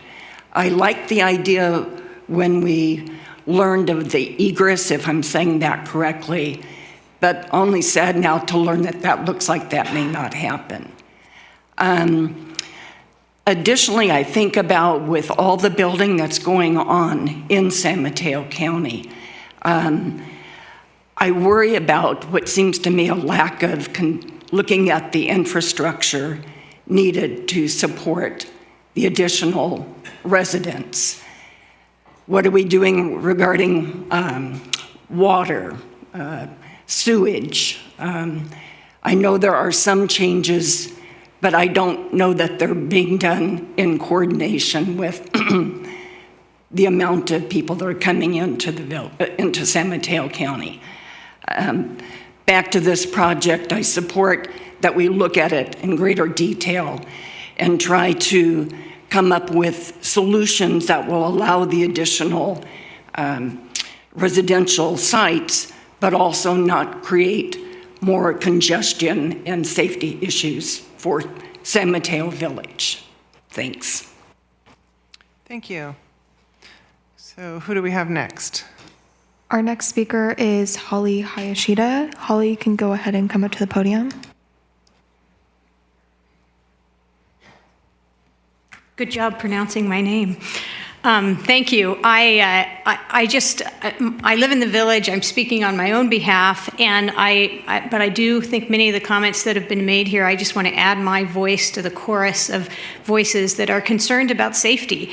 I'm dating myself a little bit, but when I saw some of the pictures up there with all the arrows, I flashed on this memory of the video game Frogger. I don't know how many remember the game Frogger, but the idea was that there was a frog that had to get across traffic. And I was sort of remembering that that's what it's like when you try to cross at this intersection. It's like you're playing Frogger and you're the frog. And so I do just, again, as so many people have already eloquently said, the concern is safety for all of the residents, both those of us who are already there and those who will be welcomed in at some point to some version of a project that's going to go up in that site. We really do need to be sure that that people are safe and that we can utilize the wonderful facilities of the city of San Mateo and do it safely and not become like that frog. Thank you. Thanks for your comments. Next speaker. Our next speaker is Sharon Hall. Sharon, you can come up to the podium.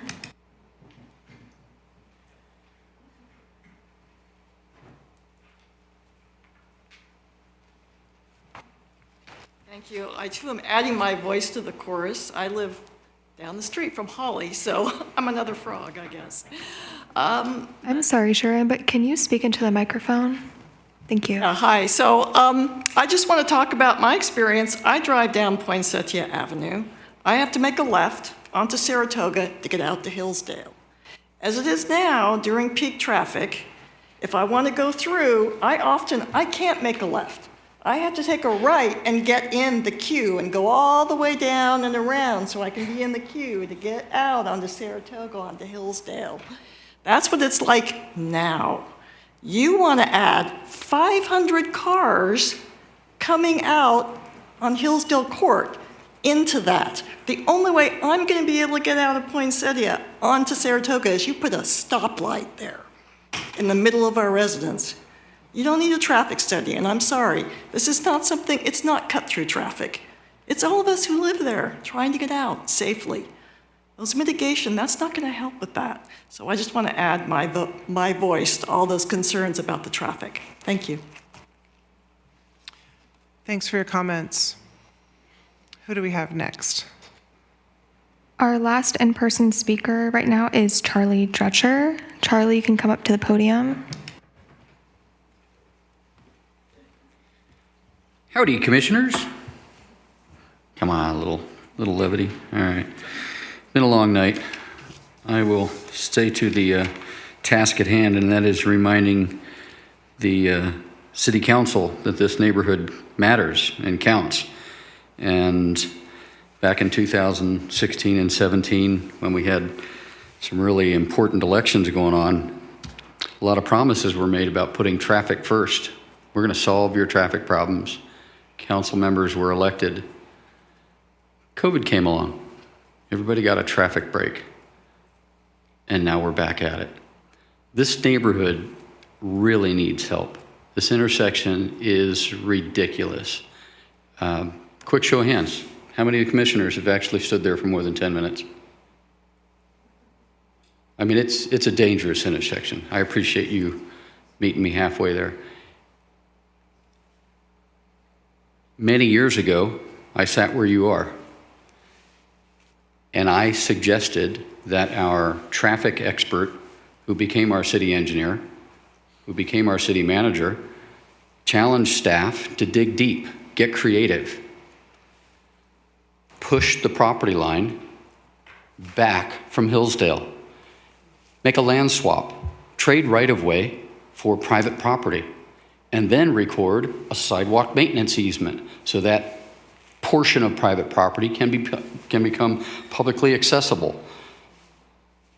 The forward-facing end of the hotel that is next to the pump station and car wash is across from the driveway to Kaiser. An exception was made. Make an exception now. Create that extra space. Make the egress safer. Having one point in and out of that underground parking is ridiculous, but calling the property across the street 4 stories is also ridiculous. So, 3.5 is what it is, 4.5 is what's being proposed. And we need to get creative, work with this property owner, and reduce the density. Thank you. Thanks for your comments.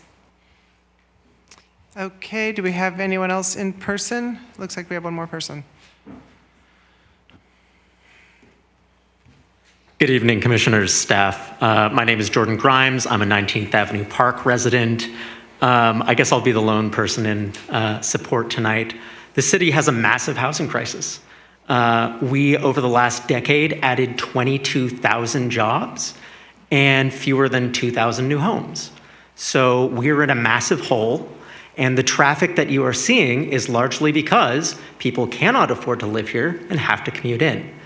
Adding more housing helps with that. That doesn't mean that the intersection is good. That doesn't mean that we should not do anything to fix it, because clearly we should. There was a really great comment about bike lanes earlier. The bike lanes in that area are atrocious. The ones that exist, the very few that exist. New housing will require that infrastructure, and we should build it. We should actually implement a plan to do so, and we should do it right now. That doesn't mean that we should oppose this new housing. That doesn't mean it's not badly needed, and that doesn't mean that we shouldn't move forward with it. Thank you so much. Really appreciate your time. Thanks for your comments. Okay, so that's our last in-person comment. Then we can go to our Zoom speakers. Let's hear from our first Zoom speaker. Our first Zoom speaker is going to be Will. Will, you can go ahead and unmute. Hi, Will, can you hear us? Hello? Hi. Hello? Yes, we can hear you. Go right ahead. Yes, hi. Everybody in our community, I believe that they presented such compelling narratives and evidences as to what it means about living in this by this intersection. I don't want to be repetitive, but I do need to remind everybody that the Kaiser Hospital there, that's where I go for my doctor's appointments. The parking and the cars going in and out of that area is tremendously busy, as well as the Whole Foods and that little mini mall that is there. I believe somebody had already mentioned that there's a police station there, and so they need quick access to where the freeways or wherever they need to be. And also, I would like to elaborate also, aside from the almost 500 cars that they're proposing to add, I'm just going to focus on cars, because really that's what's impacting this conversation. People go to Pastor City. I've spent like almost 30 minutes just on Hillsdale before, just to get across that little intersection by South Norfolk. And this was before pre-pandemic traffic. Right now, me and my wife have 2 cars, and we both have to commute. We drive to BART to go to our places of work. So in the last meeting that they had, the developers had, they said they were going to encourage bicycles or scooters to go where we need to go. I do use public transportation, but I need to drive to the BART station. I just want to elaborate that. And thank you, Chairman, and everybody. Okay, thanks for your comments. Next speaker. Our next speaker is Bob. Bob, you can go ahead and unmute yourself.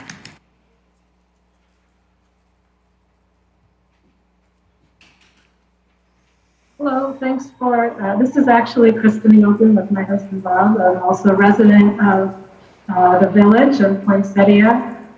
I wanted to echo what most of the village residents have been saying about existing problems with traffic on that intersection, and point out that the new development would be placed on a dead-end street. It's not that there are other intersections or other ways out, other ways of egress from there. But it's in a way true of the village neighborhood as well. In order to get out of the neighborhood, for us to get to our jobs and whatnot, we have to go through this intersection. There really are no other options. If the traffic, how many cars is excessive here, we will essentially be trapped in the neighborhood. The other issue is parking. There's definitely not enough for visitors. I have visited people in similar buildings where there's nowhere to park. They've driven around in circles, in residential neighborhoods trying to park. That's exactly what would happen here. The question for the council is if there's been any thought about having residential parking permits if this ever gets put in place, so that those of us who are actually residents of the neighborhood can continue to park. I just finally wanted to, talk about the excessive density. Of course, we're not against redevelopment of that area. I think that it would be great to have that street developed and have a nice, moderate, new building there. But the current plan just would harm the health and safety of the neighborhood. Thank you. Great, thanks for your comments. Next speaker.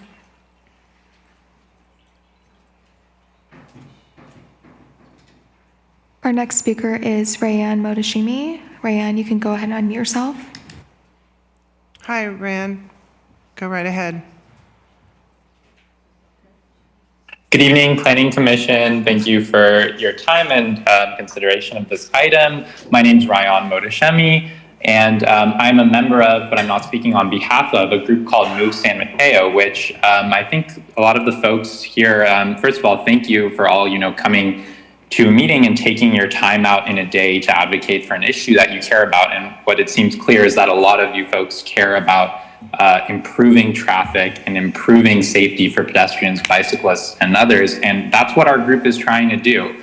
We're pushing the city successfully to implement its bicycle master plan and working with them to accelerate implementation of that plan so we can move forward and mitigate some of these options. So I invite all of you folks, first of all, to come to our ride on June 18th. We have a bike ride starting in downtown San Mateo. You can go to movesanmateo.org to check it out. We need your help advocating so that we improve the situation, the transportation situation in San Mateo, because as was mentioned, it really needs some work.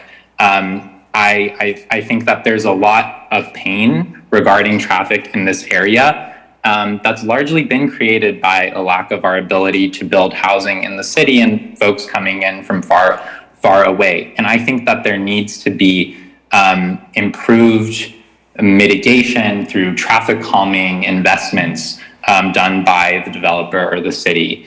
I think that I've been in the unfortunate situation of advocating for developers to, implement parts of our bike infrastructure plan, and they found ways to slide out of it. So I am no fan of developers. I just want to say that here. They tend to be profit maximizing, and when it comes to funding improvements, if there's a way for them to slide out, that's a possibility that they might want to take in. So we are working on trying to improve the ability for the city to incentivize and compel developers to make improvements. But I want to be clear, I don't think you will be successful in opposing this project. I think that state law is very clear on what can and can't be approved and denied.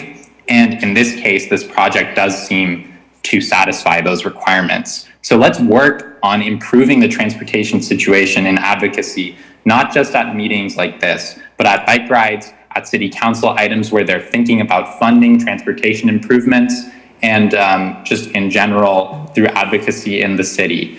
I encourage you to work with us as we try and move forward on this. We can get more funding for these kinds of improvements. We can work to improve it. And there is a group of advocates dedicated to doing this who have been seeing success recently. So I support moving forward with building housing. I think it's important. And I think we need to have a hard conversation about how we're building transportation infrastructure in the city. Thank you. Thanks very much. Okay, next speaker. How many more do we have, by the way? We currently have 5 more Zoom speakers and 1 more in-person speaker. Okay.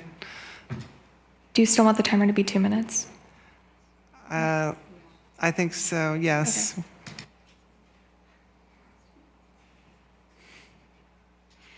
Adam Lorraine is our next speaker. Adam, you can go ahead and unmute yourself.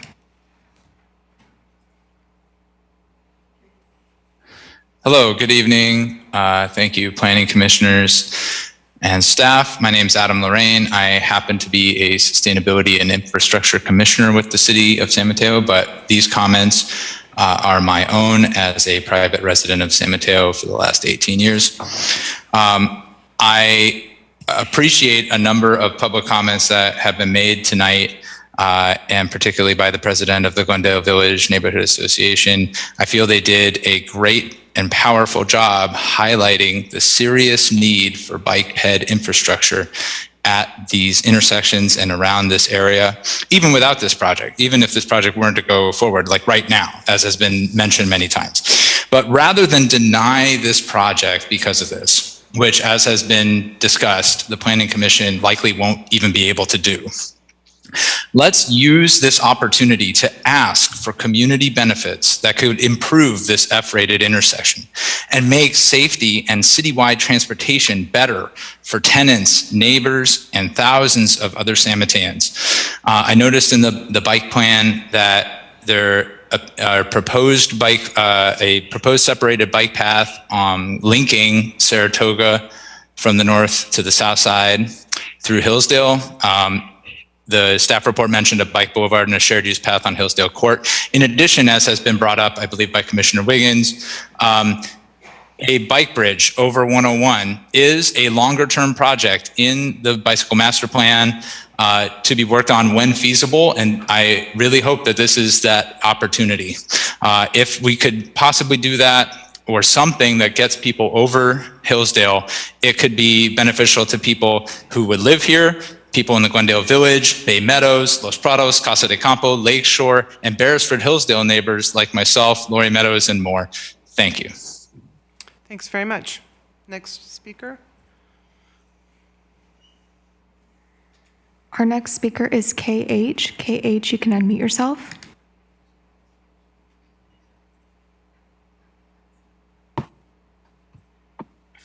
Okay, hello. Thank you, Council, for hearing my response, and appreciate your time.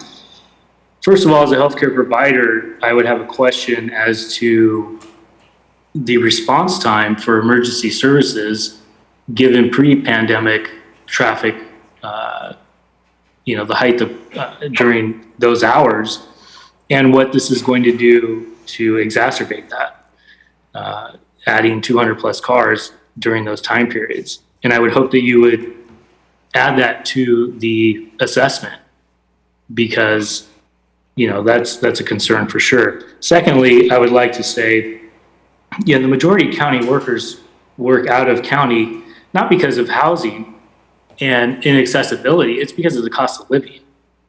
And so to use inaccessibility to housing is, minimal in terms of the cost of living. But I just want to add response time, emergency services, it's already terrible pre-pandemic, and it doesn't sound like it's going to get any better. Thank you. Thanks very much. I did just want to make a comment too, that if people are welcome to just simply say they concur with previous comments if they'd like to make that statement. Next speaker. Our next speaker is Stephen Sangarvasi. Stephen, you can go ahead and unmute yourself.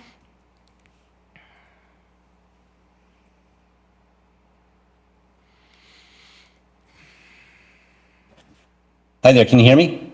Yes, we can. Okay, great. Just want to say thank you for the opportunity to speak. I would have preferred to be there in person to support my fellow neighbors who are in opposition to the currently proposed development, just as in previous oversized proposals, but unfortunately I had to work late, so I couldn't be there. So I concur with the previous comments made by Dennis Murphy and my fellow neighbors, and I suspect I'm not alone in appreciating the desire to improve the existing dilapidated site and even to accommodate the new laws designed to increase housing supply so as to share the quality of life that we current residents enjoy in the village. So I'm not one to express, these NIMBY feelings or not in my backyard feelings, willing to share the goodness of life that we have here. But what is a major concern to many is the apparent lack of consideration for the quality of life for the existing residents here, who will be adversely impacted by the proposed development in terms of its size and traffic congestion. I think the currently proposed plan will only exacerbate the major concerns of congestion and the health and safety of our citizens. My family has lived in the village for the last 12 years, during which we have observed a continual increase in traffic congestion. And at peak times, it can take up to 10 minutes just to exit or enter the village due to congestion, which causes many drivers to try to evade the congestion. And I'm aware that many savvy drivers use apps like the Waze traffic app to snake through the neighborhood in order to cut through the congestion. So that causes a safety concern for anybody else who's just sitting in line. I personally try not to add to this problem by taking my bike to and from Hillsdale train station, and I take the shuttle the last mile to work. Despite this mode of transportation on bike having its own drawbacks, including when my bike was stolen last week. So it's not a panacea in that respect. But as noted earlier, this Hillsdale-Saratoga intersection has been rated as an F. And in terms of safety and I'll just finish up here very quickly. In terms of safety, I observed somebody heading in my direction across the intersection just last week, and I had to take evasive moves until they backed up through the intersection. So I think, I fear that someone might get hurt in the near future. So I urge the commission to seriously consider the size and development of this project. Thank you. Okay, thank you. Next comment via Zoom. Our next speaker is Karina Laguna. Karina, you can go ahead and unmute yourself.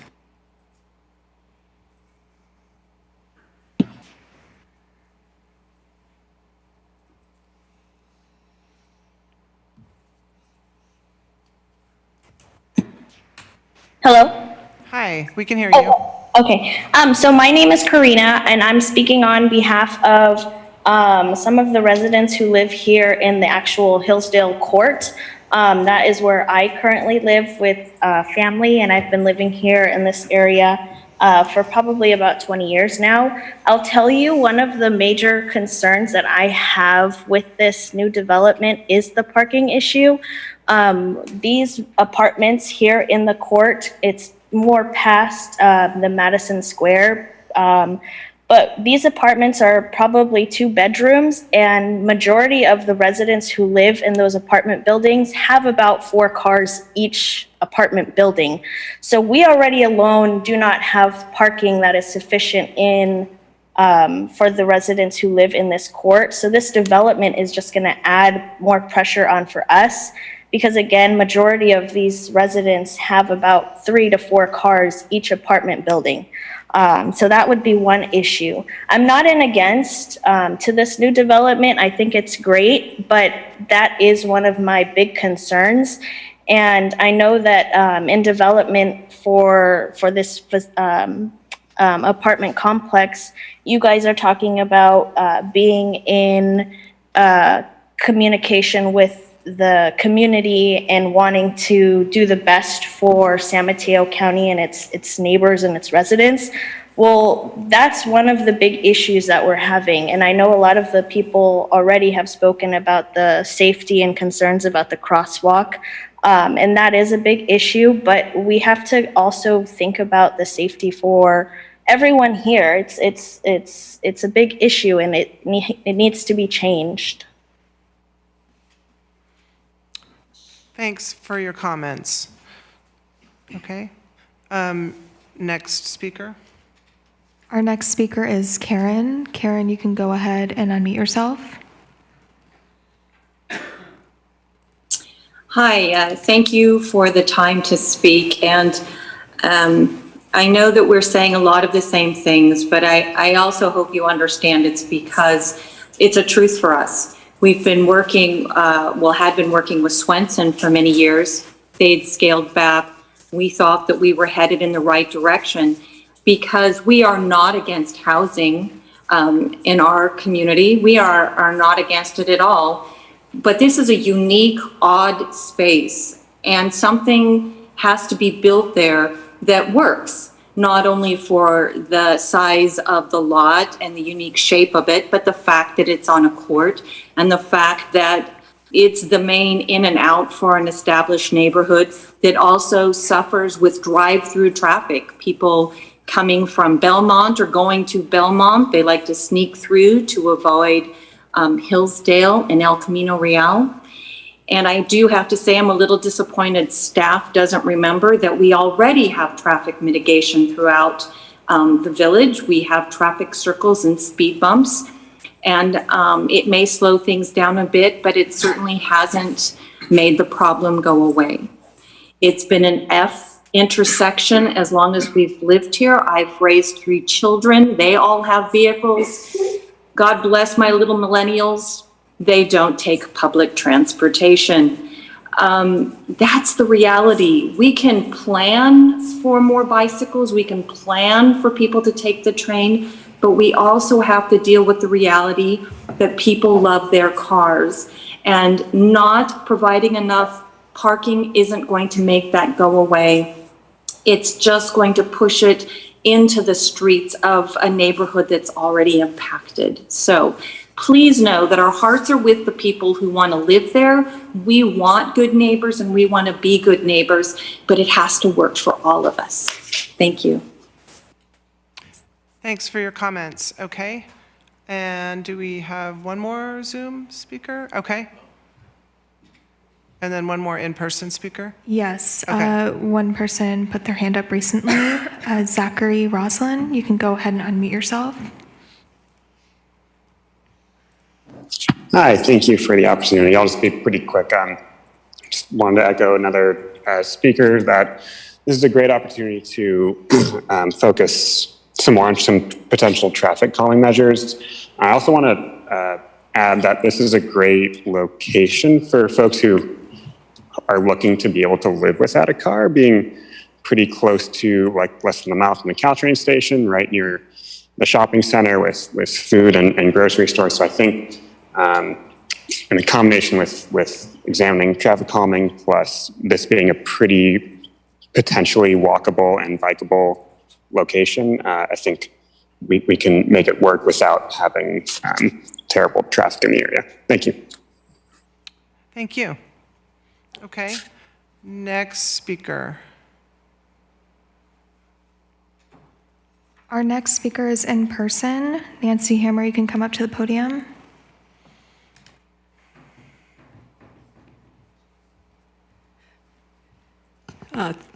Thank you for listening, I hope. I have lived in San Mateo. Well, my family has lived in San Mateo for 72 years. And I do remember when getting on to 101 Bayshore, you just went to a stoplight.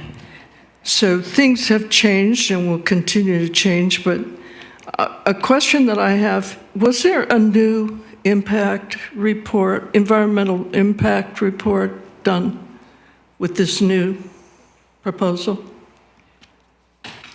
I mean, I would think that that would be I'm not sure. Important. I think at this time we'll just listen to your comments and make note of that question, and someone can address it later. The other thing that I was going to say is the idea of starting one project with one set of numbers, like 150, and then switching to 230 seems to me a bad precedent.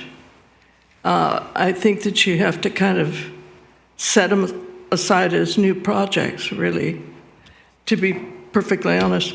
I had two comments about, one on the housing issue. I would hope that more than 23 of those units would be low rent, because at this point, people who work here are coming from extraordinary distances in order to just have a job.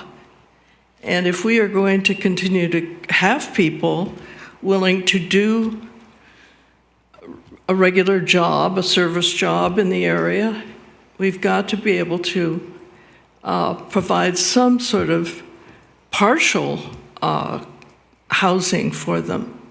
23 seems kind of weak. And just one last point.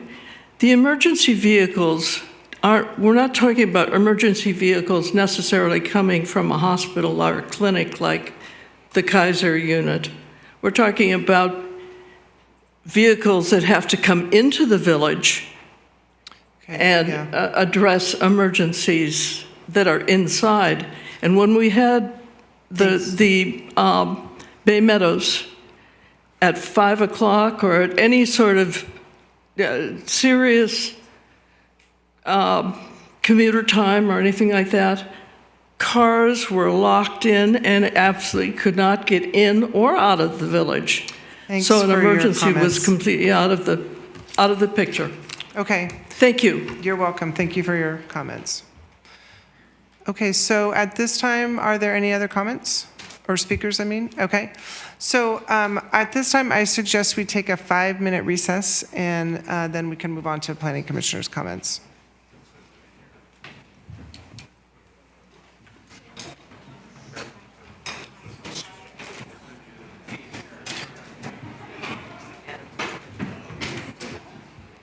We'll reconvene at 9:25.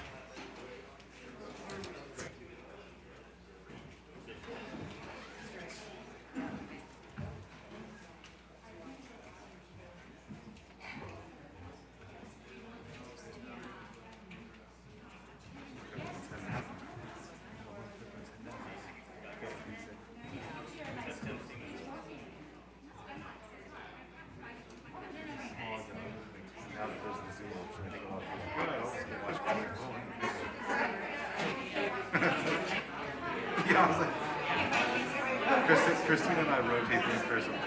I'm kind of jealous of her. Long meetings, it's kind of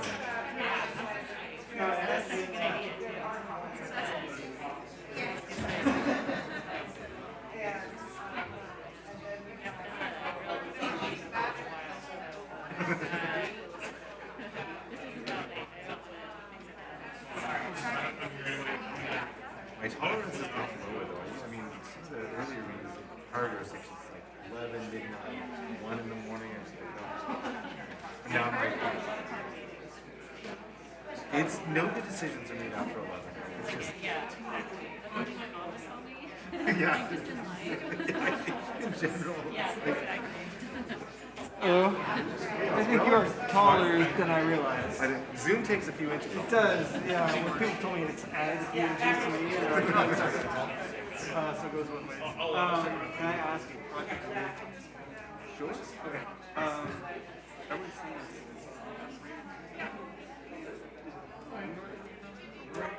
I can also.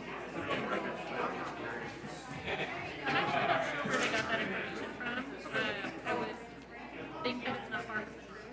Oh, sure. But I'm not sure exactly what the reference is. I have I think we do have, in general, submissions Yeah, I mean, at a certain point, it's definitely a study. Yeah, no, absolutely. Gotta be Yeah, something so, on but the I'm not sure exactly what you say document there and when you take Yeah.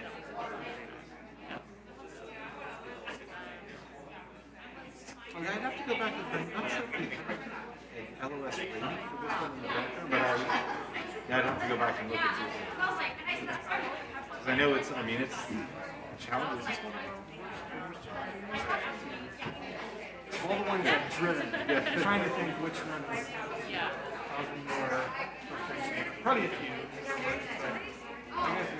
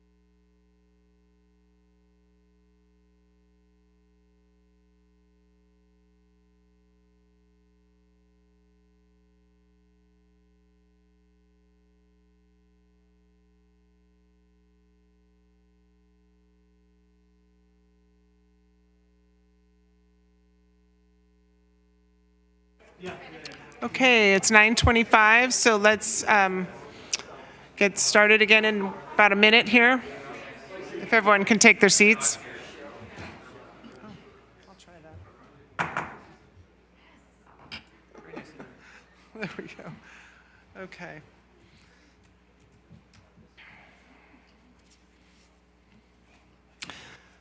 Okay, so at this time, we've heard all the public speakers, and we'll move on to the Planning Commission deliberation. So again, we're not making a motion to approve or, taking a vote. We're providing comments at this time. So great. I wanted to ask you to put the discussion topics up. So they're on screen before us. And so I think I will do the same thing, start with Commissioner Patel, unless somebody else would like to go first. I guess I can put that out there. I think we should discuss, through the chair, if we could discuss each one of these points one at a time, because I sometimes think it's beneficial to hear what other commissioners have to say.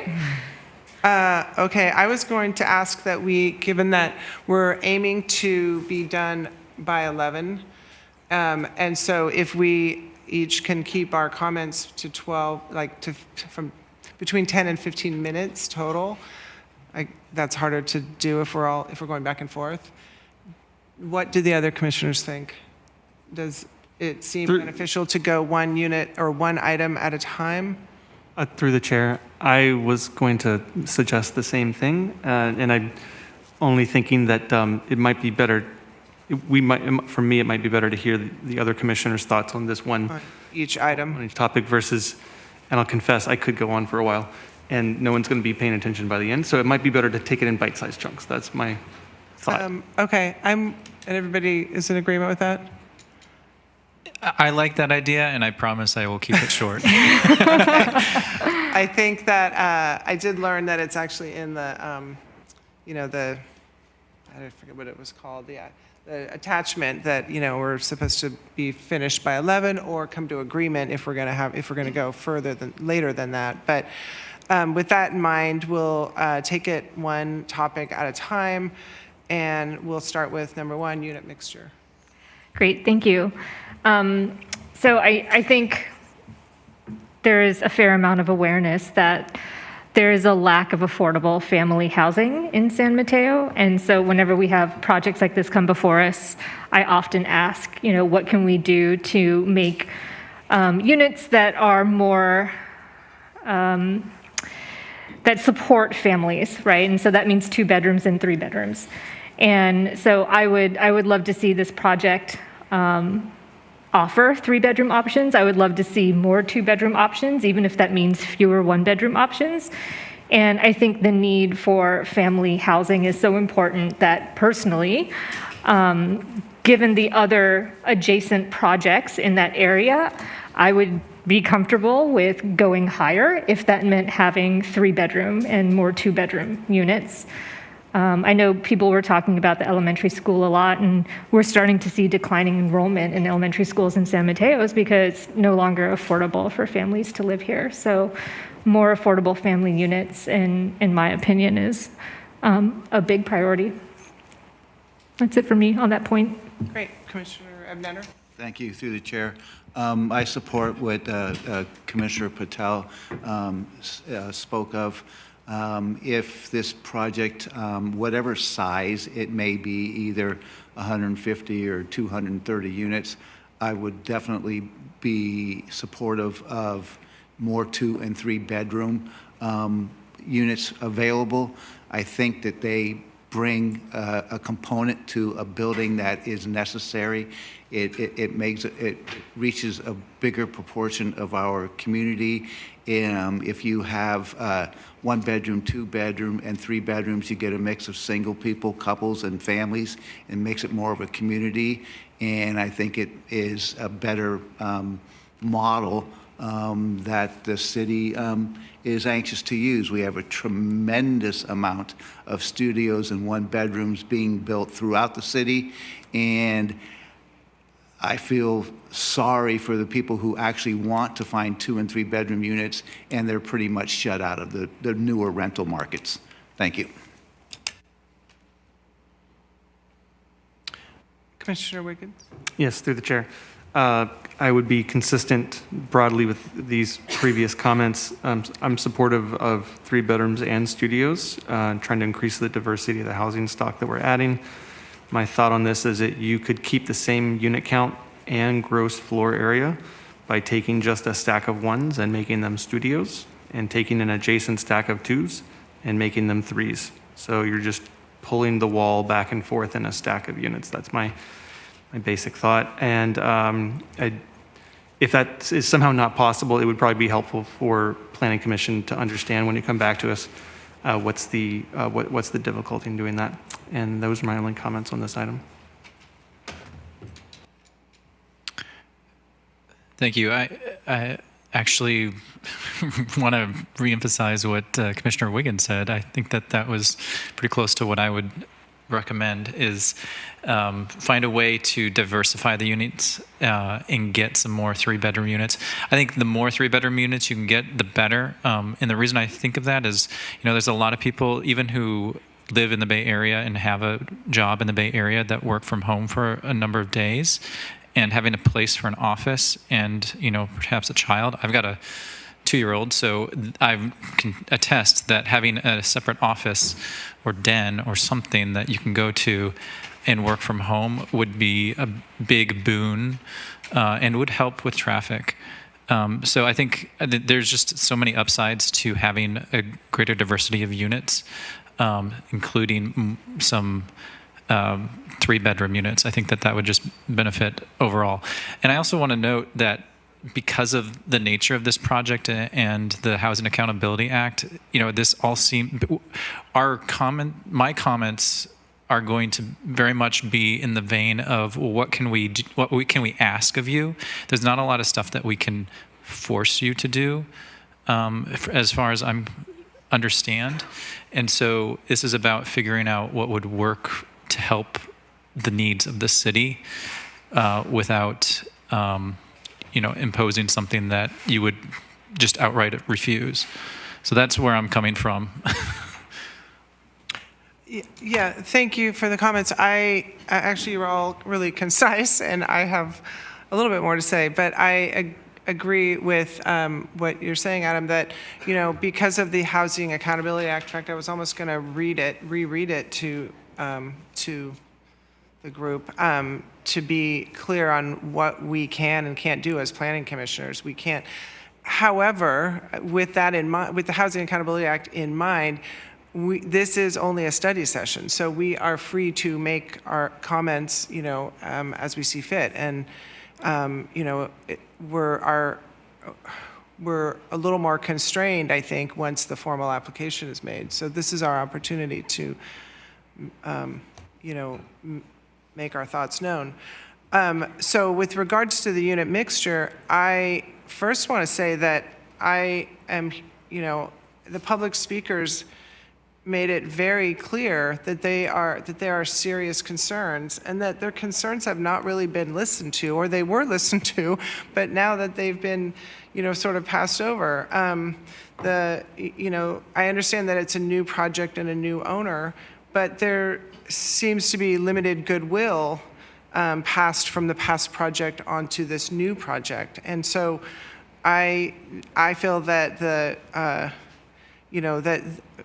a very close look at the earlier projects needs to be done by the developer, because those were agreements that were made and requests that were made, decisions, things that were discussed and amongst the neighbors. And this is a neighborhood, and so I feel strongly that this project it has only grown in size, in numbers, and that's not, our job is to listen to the people of San Mateo. And so what I'm hearing is they were listened to, and now that's been ignored by the new project. So with regards to the mix, although I don't agree with the numbers, I agree that a mix, I also don't agree with the mix. I think more multi-bedroom units would be good, whether it's 2 or 3, it doesn't matter. But a 1-bedroom unit is rather limiting. I mean, even for,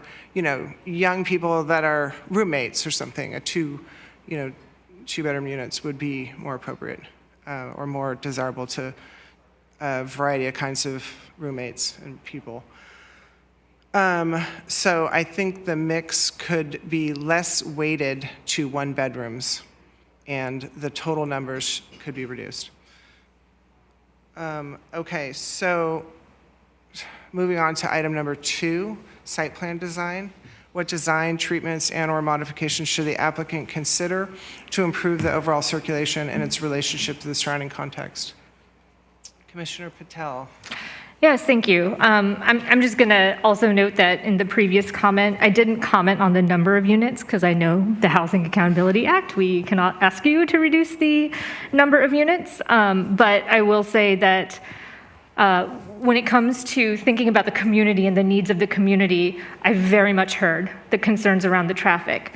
In my opinion, the concerns around the traffic are related to, but separate from the number of units in the building. And we also know that there's a huge need for housing in our community. We know we have arena allocation of 7,015 units that we have to hit by 2030. And so I'm supportive of the current unit count. And I think that we need to now look at, with that unit count, what we can do, including through the site plan design, to address a lot of the concerns we heard about the traffic. So that's my comment on the unit count. So when it comes to site plan design, I'm going to bring up this note that I often bring up in these projects, which is that there is a air quality and land use handbook that was published by the California Air Resources Board in 2005 that recommends against siting sensitive receptors, including housing, within 500 feet of a roadway that averages in excess of 100,000 vehicles per day, which 101 falls into that category. So I measured it, and the project is about 90 feet from the 101 on-ramp, and then the closest section to 101 is about 350 feet. So it's 150 feet into this buffer zone that the California Air Resources Board recommends against siting housing in. Now, in 2017, they published some updated recommendations for mitigating air pollution, including high-efficiency indoor filtration, which I assume this project will have, and also reducing the roadway speed to 55 miles per hour to reduce air particulates, which the city of San Mateo does not have control over the speed of 101, so that's not really an option for us. So I would love to think about if there are options to add a little bit of distance between the units closest to the 101 to see if we can get that 500-foot buffer. So one idea I had is, I don't know what this would do to the traffic or circulation, but can the garage access be on the side closest to the 101 so that there's a little bit more buffer between the units and the 101? Can you think about how the open space or green space is laid out to push the green space farther away from the 101 so that at least the green space where people are going to be outside is farther than 500 feet? So that's just something I would ask you to consider. And then related to that, and to ensure that we're affirmatively furthering fair housing and thinking about making sure that we're creating affordable housing that is of the same quality as market rate housing. Just want to make sure that we mix the units within the site so that we don't end up, for example, with all the affordable housing closest to the 101, because I think that would be problematic from an affirmatively furthering fair housing standpoint. Then when it gets to circulation, I think we've heard loud and clear, we need a lot of improvements to the circulation and the traffic in this intersection. And, you know, there was a public comment about bicycling and theorizing about whether planning commissioners have biked around the city. And I happen to know we have at least 3 very avid cyclists on this planning commission.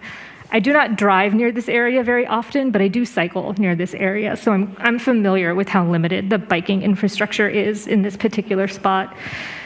This project is 0.4 miles from the Whole Foods. It's a half a mile from George Hall Elementary. It's 1 mile from the Caltrain station. And you know, the permanent solution to reducing traffic is to reduce the number of cars. And the way you reduce the number of cars is by making it safe for bicyclists and pedestrians. And so I would encourage us to think about what we can do to incentivize people who live in this apartment building, that when they need to grab a quick gallon of milk, or they want to grab a sandwich or a coffee at Starbucks or Mendocino Farms, that they're not driving 0.4 miles, that they're getting out and they're walking that very short distance to those shops. And this is where I'm unclear on, you know, what is the city's responsibility versus what can the developer do to help. But we do know that I believe there's a separated bike lane that's part of the bicycle master plan for Saratoga. I was looking at the intersections around that area, and I read, and this is maybe something where the city might have an answer to this. I read a public comment where one of the things that jumped out to me is that you have to cross Saratoga to walk, and then you have to cross back if you're trying to get to Park Place. And it sounds like that intersection was moved intentionally. So instead of having to cross one intersection, you now have to cross 3 if you're trying to get to the shops. That just didn't make any sense to me. So what can we do to make the distance you have to walk safely as short as possible, so that we're incentivizing people to actually walk or bike when they're getting around?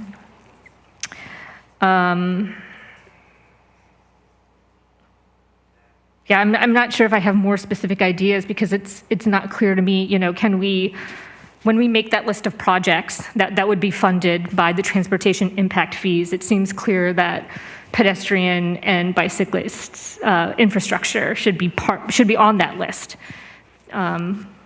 Whether or not this project moves forward, because it sounds like it's already an issue. There was a lot of comments about, okay, I think parking goes under building design, so I'll leave that for the next section. And I think that's it for site plan design for me. Thank you. Through the chair. Go right ahead.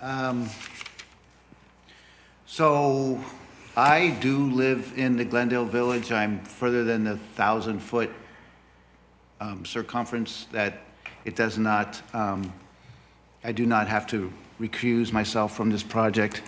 I know the infrastructure, I understand the challenges, I understand the joy of living there, but I also understand the difficulties specifically around this intersection. I, in the past, was very happy with some of the promises that the previous developer had made to the Glendale Village, and I'm sad that some of those promises don't seem to be being upheld any longer. What we had discussed, I think, in 2016, and I thought it was a very good proposal. I think it was by our ex-chair of the commission, Charlie Dressler, has suggested Hillsdale Court and East Hillsdale is a 60-foot wide street. And if you could do a land swap where you could move the building further onto the street, you can have an egress parallel to East Hillsdale on the back side of the property, and have it go east and enter a garage on the back end of the property. I think completely rejecting the idea of the necessity to have an ingress onto the property. I don't know if I said egress earlier. Ingress onto the property from Hillsdale is short-sighted. I think it could be a big boon for that intersection.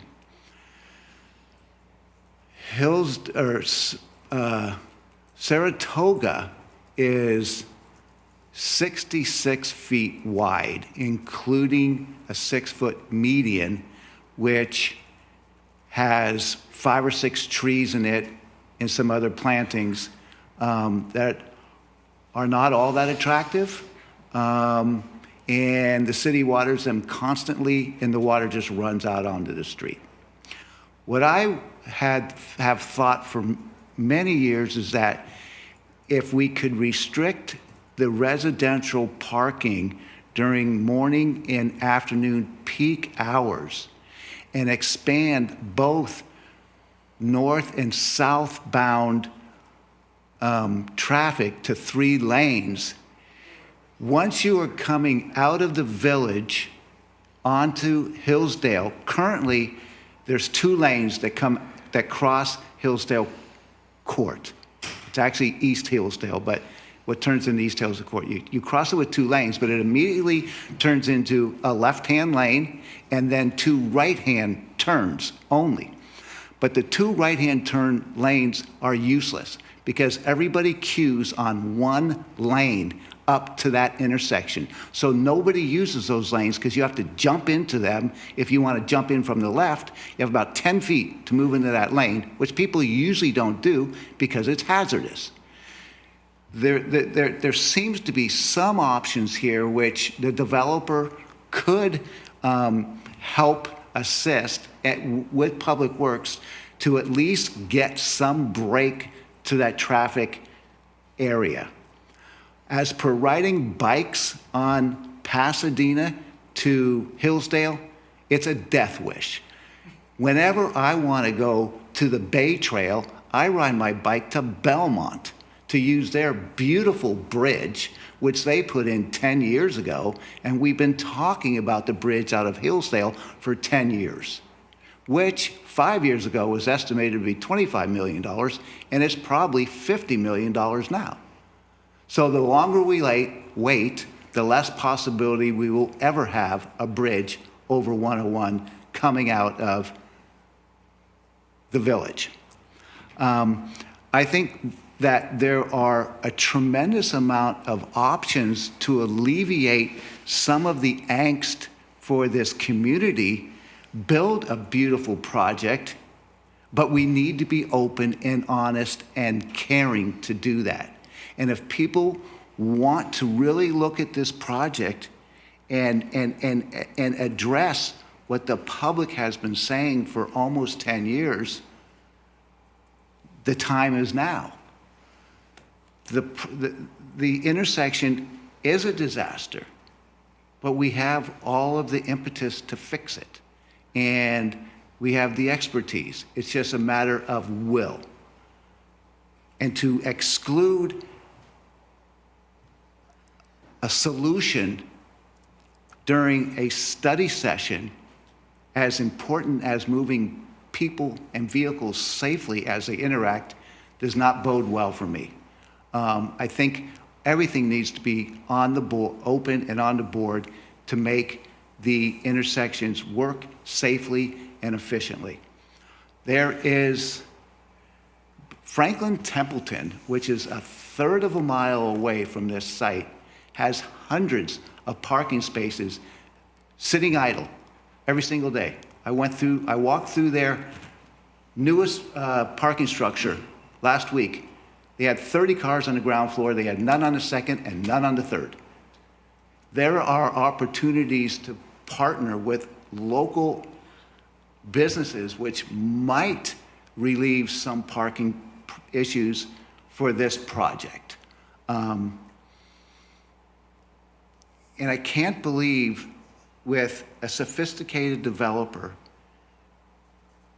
very intelligent and excellent planning department and Public Works, that this issue can't finally be solved and build housing on this site that is desperately needed but needs to fit in with the community. Thank you. Thank you. Okay. Do you want to address item number 2? Yes, through the chair, I do. I want to say generally, I think this is a good location for housing, given the destinations that are nearby.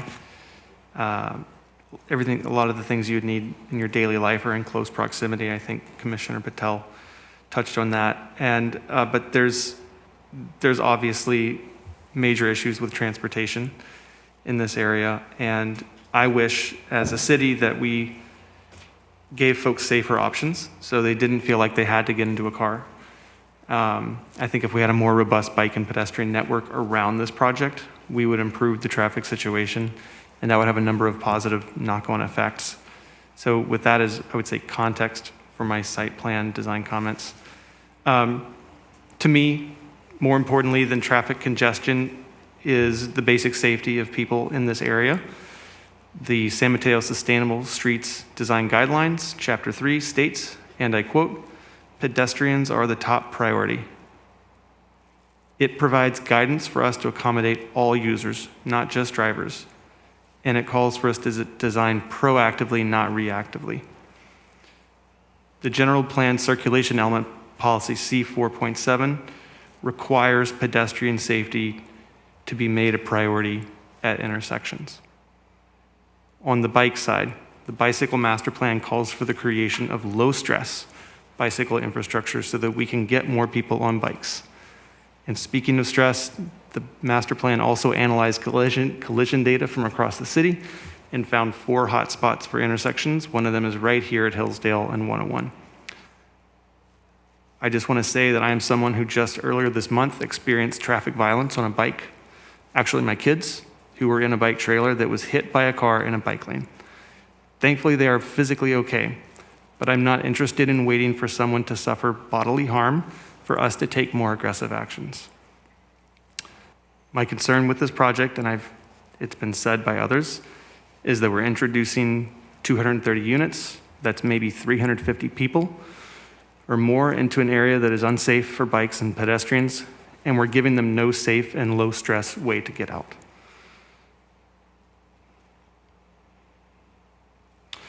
I think it's safe to say that the traffic impact analysis for this project is going to get a lot of scrutiny, and it should. I'm not going to speculate on what it's going to say, but I would agree with Commissioner Ebnetter that everything should be on the table. And the other thing I'll say about site plan design is vehicular traffic circulation specific to the site and how it addresses East Hillsdale. I think you're probably going to have to look at some of the vehicular analysis within the site. And that may not be covered by the TIA, I'm not sure. But if you look at how close that exit from the garage to the intersection is, all the cars that are in there aren't really even going to have a chance to get out and clog the intersection. They're going to queue up inside the basement. That's what my gut is telling me, but I'm not a traffic engineer. So I think it's worth looking at and bringing some information back. At first blush, that second access point for the basement, sorry, am I getting into building design? I'm going to skip on that one. That might be building design. Let me just go with a few off-site comments. I'll come back to those and call it building design because it's the garage and the egress and it's finer points. East Hillsdale, the court is oddly wide. It's been touched on, probably goes back historically to when it connected to the Bayshore Freeway, but it doesn't connect there anymore. It's too wide. I think as a city we have extra right-of-way, and it's consistent with a number of our adopted policies to look at revisions to this frontage. For pedestrians, I'll just throw out an idea of a mid-block crossing east of the garage entry. That would help reduce the number of pedestrians that are going to this intersection and then going through issues that people have already talked about. And once you cross to the other side, in terms of getting to George Hall, I think you're headed in the right direction in terms of less conflicts with cars. I know the city is devoting resources to get a safe routes to school coordinator in terms of staff and budget. So I don't know exactly when they start, but maybe they can have a look at this as well. And the bike overcrossing of 101, I found, looking around, a study from 2007 studying that. So that's at least 15 years that we've been talking about it. And I think if this project can create more awareness and momentum to jumpstart those efforts, it would be good. Those are all my comments on that. Thanks very much. Commissioner Nugent? I want to kind of back up something that Commissioner Patel had mentioned, and this had come up in previous Planning Commission meetings with regard to the general plan update. I'm big on housing. I want to make sure that we have enough housing for future generations. I have trouble with putting housing in this location because of the air quality and because it is fairly isolated from the rest of, it's a world away, even though it's only across Hillsdale and Franklin Parkway. It's a world away from the pleasant, more walkable place of Bay Meadows. And, riding my bike in this area, I won't even go over past Franklin Parkway if I'm in Bay Meadows area because it just feels so dangerous. The intersection is a disaster at Saratoga and Hillsdale. However, we also need the housing, and there's not much we can do to say no to it. So what do we go from there with regard to the site plan and the site design? I think that given what we have to do, we need to really lean into the traffic study and ensure that there's some way to improve that intersection, because it is, this is the problem with, 20th century hierarchical road design. You flood all these other streets onto one road and it just backs up. It's interesting because in North Central, where I live, it was probably denser, more people there, but it was a pre-war suburb city, and it's all gridded, and you just don't get nearly the backup that you do over here because of planning decisions that were made, decades and decades ago. And we need to fix that. It's not this project's fault for that, but I would hope that we can turn this project into a way to improve that intersection, because the people that are going to live there are going to be affected no less than the people that already live in the village. And so if we can find a way potentially to have an exit onto Hillsdale, as had been mentioned in public comment, I would really like to see the possibilities. I also am thinking about, future pedestrian use, future bike use. Maybe if someday Saratoga does have a protected bike lane, I would feel more comfortable biking biking south of Franklin Parkway. But at the moment, I don't. And I do think that, where this is located is not, you can walk to the train station, but it's a bit of a trek. But biking there would be comfortable from a distance perspective. It just doesn't feel safe. And I think that's been said by public comment. And so figuring out how to make this feel safer and more comfortable for people to get out of their cars is going to also help, in addition to, figuring out how to free up that intersection. That intersection to me is probably one of the worst in San Mateo. And so, this project is not the cause of that. And I don't even know if it's going to, it's already so bad that it's probably not going to be hugely noticeable, but it's going to affect it somewhat.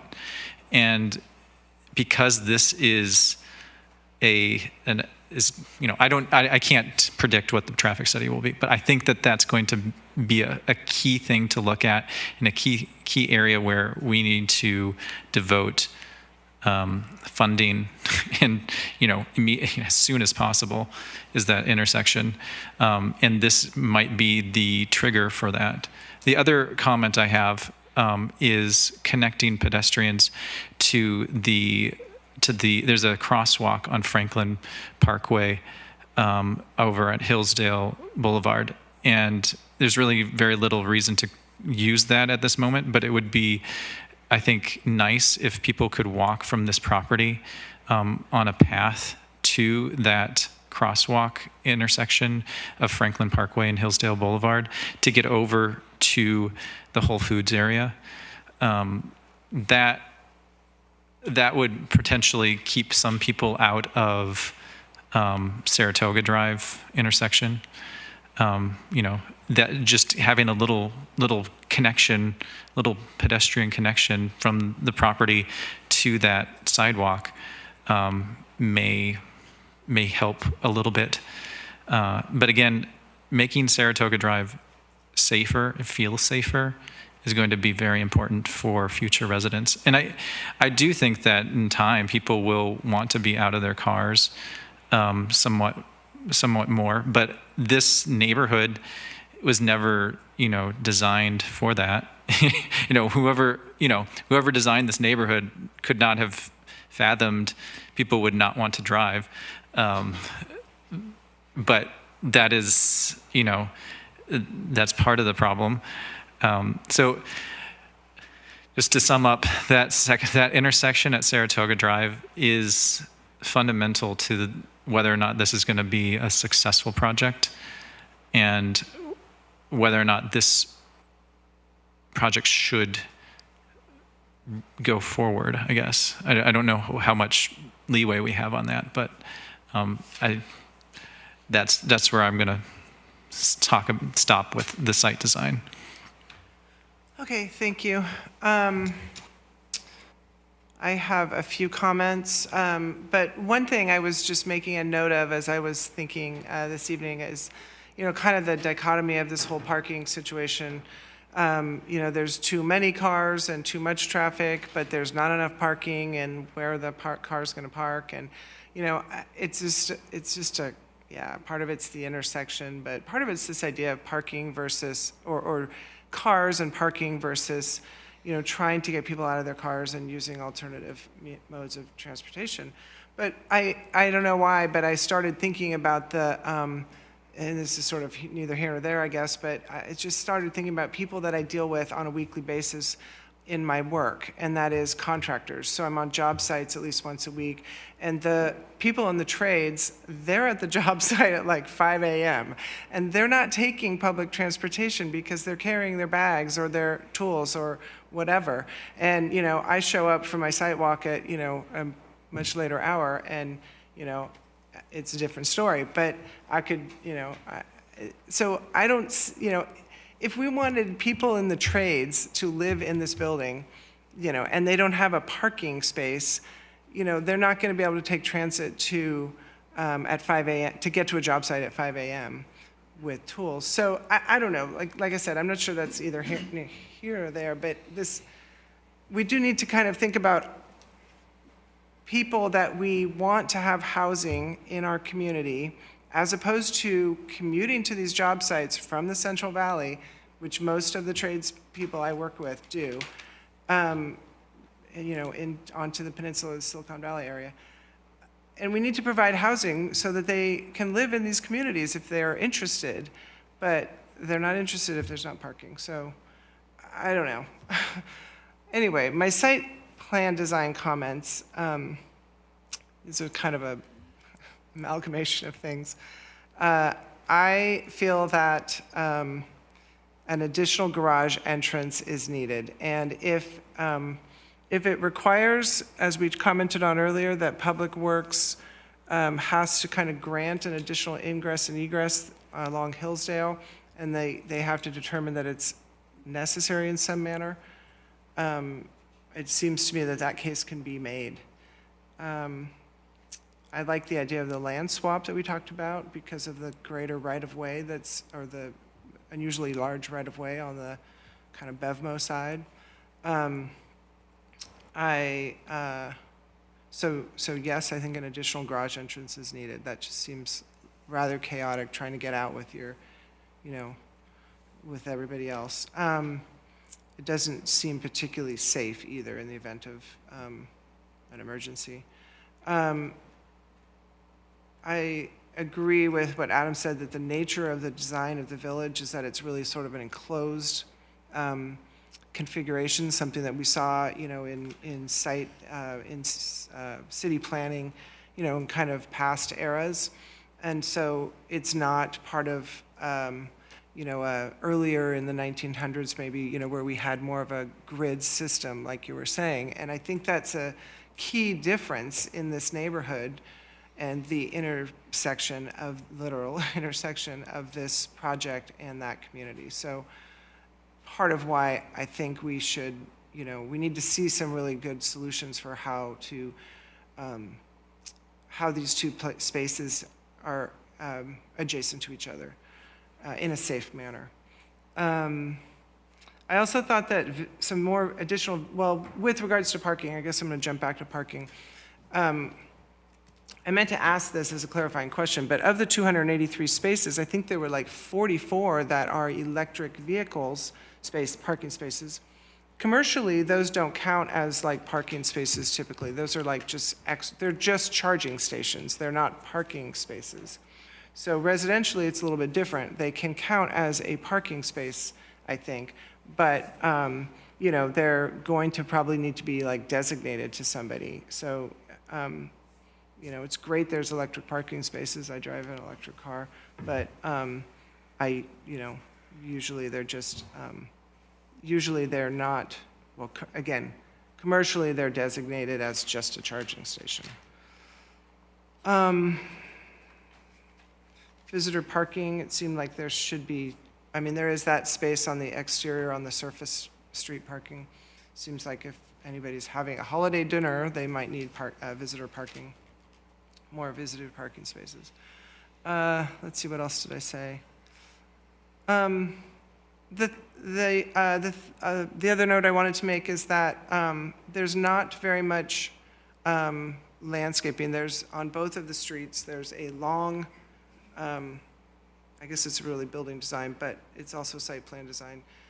The elevations are really long, and yes, there's a lot of articulation along it, which we can talk about, but there's very little, there's not a lot of space for landscaping on the Hillsdale side, and there's not a lot of sort of breaking up of the elevation in terms of the massing of it. So I would like to see a little bit of maybe recessed sections, and that will probably mean less units. The reason I bring that up is because I think that the Kaiser Permanente Medical Office Building across the street has a lot of landscaping bordering it, and creating a buffer zone for pedestrians, and it not only looks and feels better, it also feels a little bit safer, I feel like, when you walk it. Because I have walked that section and crossed it, and there's something about it that feels safer. I guess that's it. Let me see, I had a lot of notes. I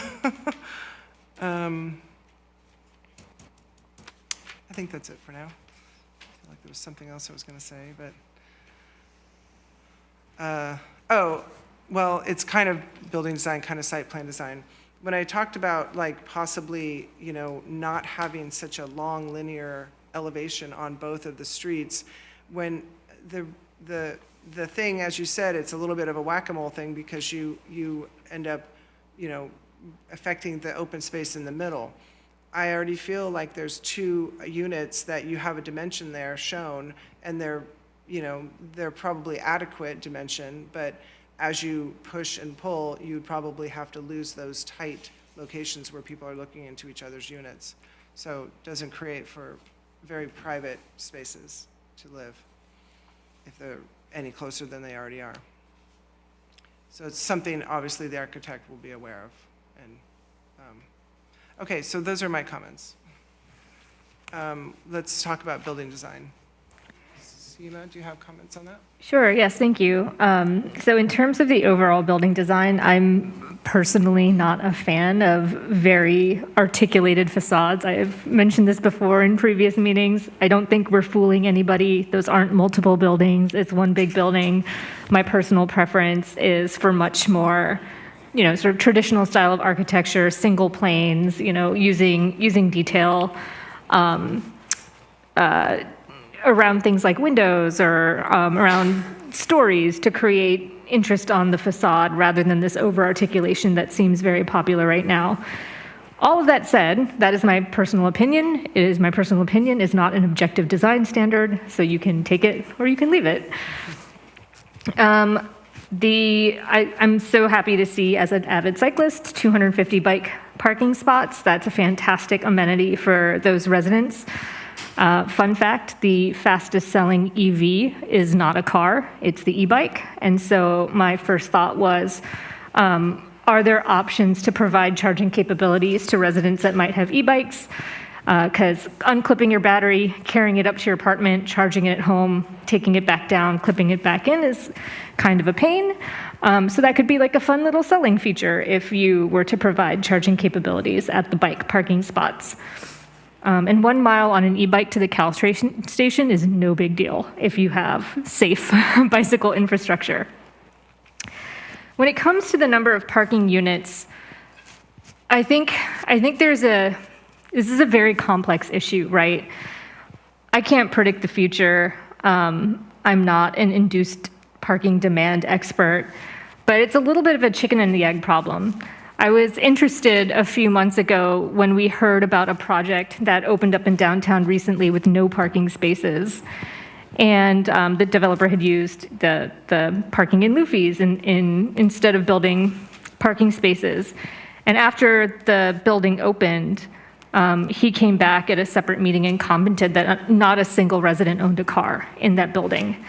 I think part of that is because that building is literally sight distance to a Caltrain station. But part of that is if you own a car and you're looking for a place to live, you're probably not going to rent a place in a building that doesn't have a parking space.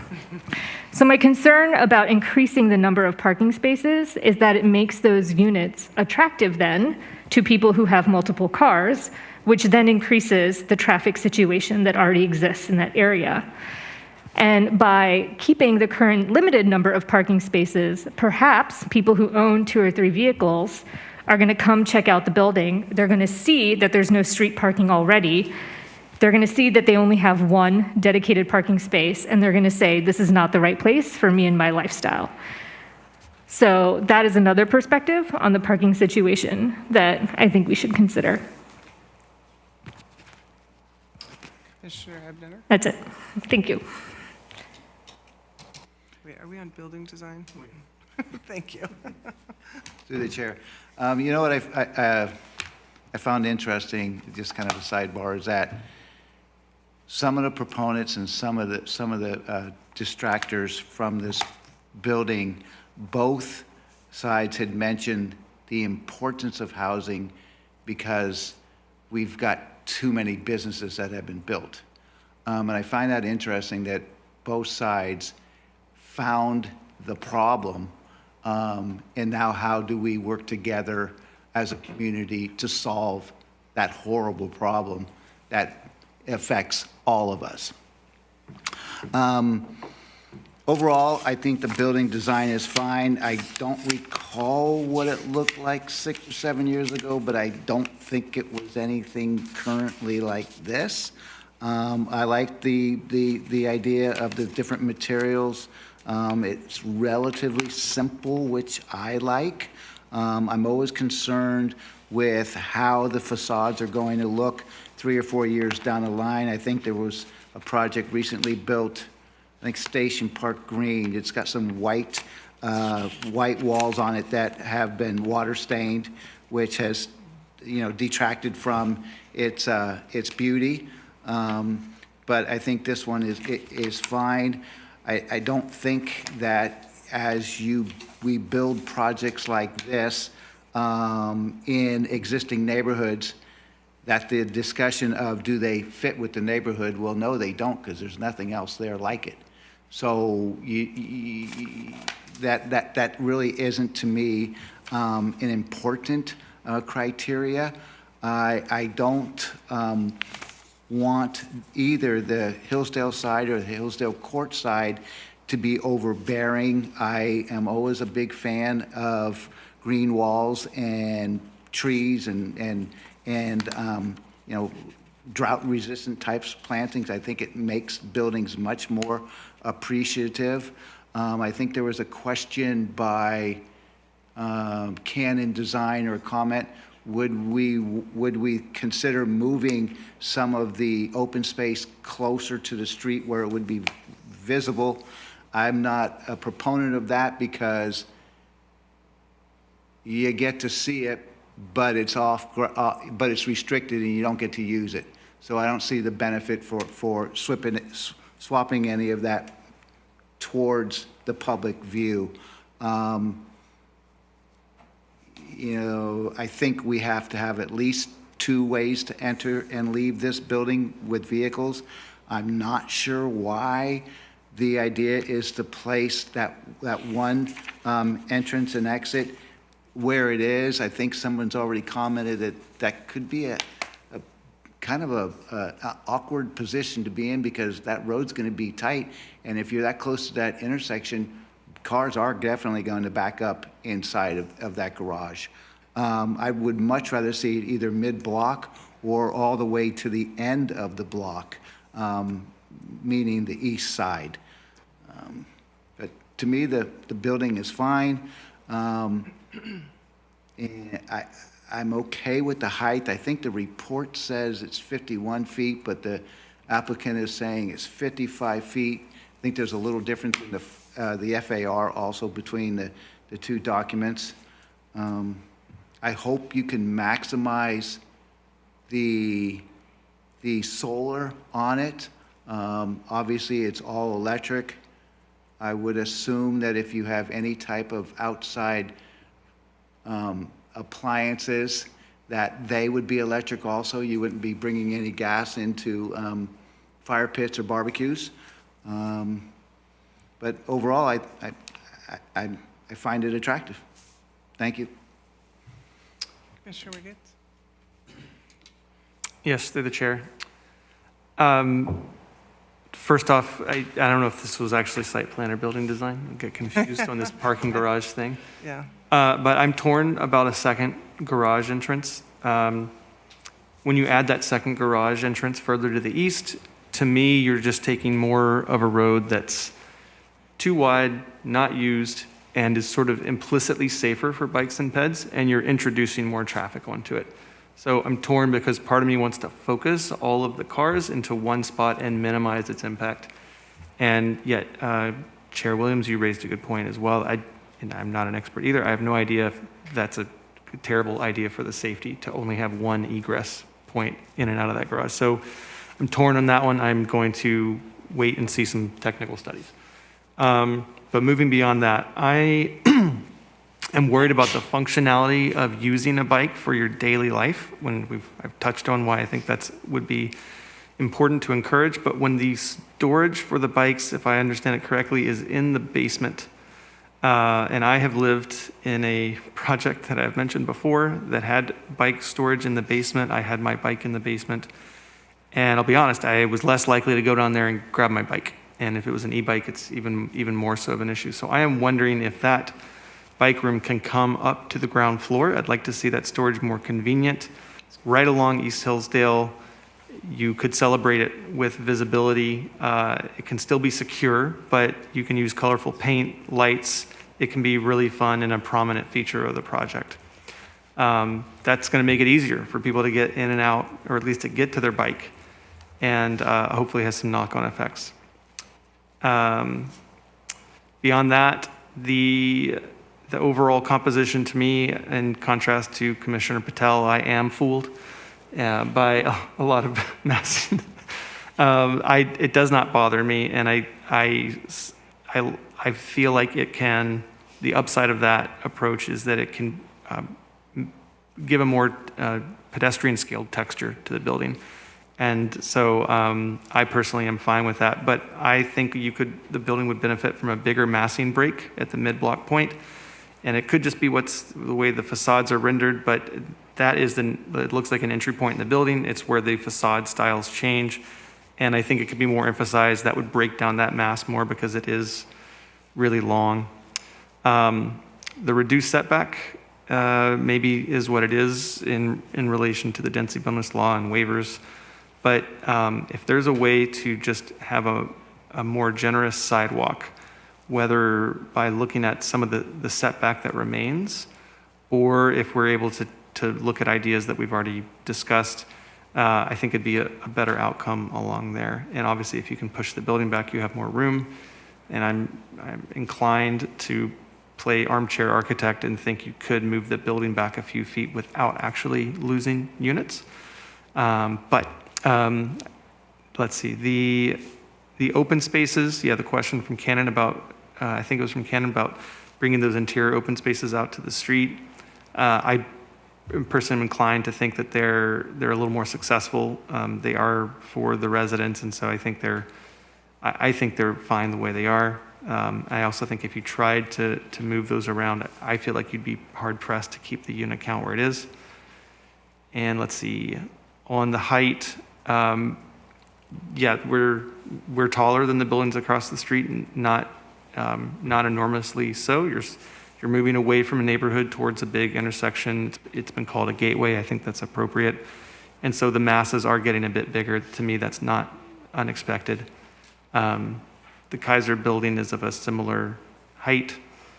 So I see this as a potential for a gateway of sorts, with sort of being the other bookend to the Kaiser building.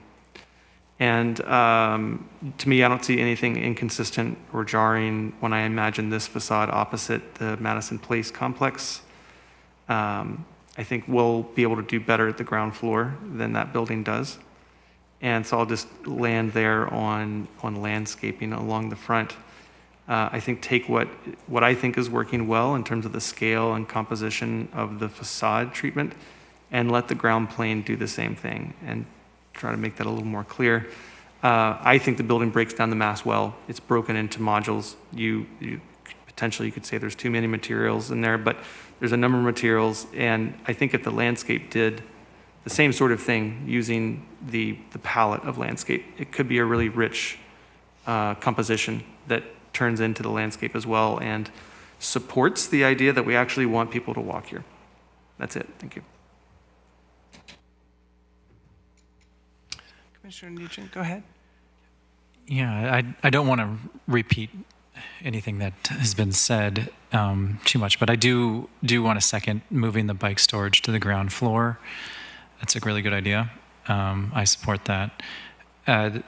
One thing I wanted to note in terms of the facades and just the building design in general, I don't dislike the building. I think it's overall, pretty good. The only thing that I would say about this kind of style is that as it ages, it doesn't age as gracefully as something that's, more traditional, and not like postmodern traditional. I mean, like real traditional. Just tends to age with more grace. However, as long as the materials are durable, I see there's, tile and such that's being used. I think that can help it keep from aging in a bad way that some modern designs do. When I look at this, I look at it from two angles, one from Hillsdale Court, and I see that building facade as, where just more or less the people that live there are going to see. And yeah, it needs to be nice, I imagine, so that you can get residents to want to live there. But for the city of San Mateo, most people are going to see the side along Hillsdale Drive.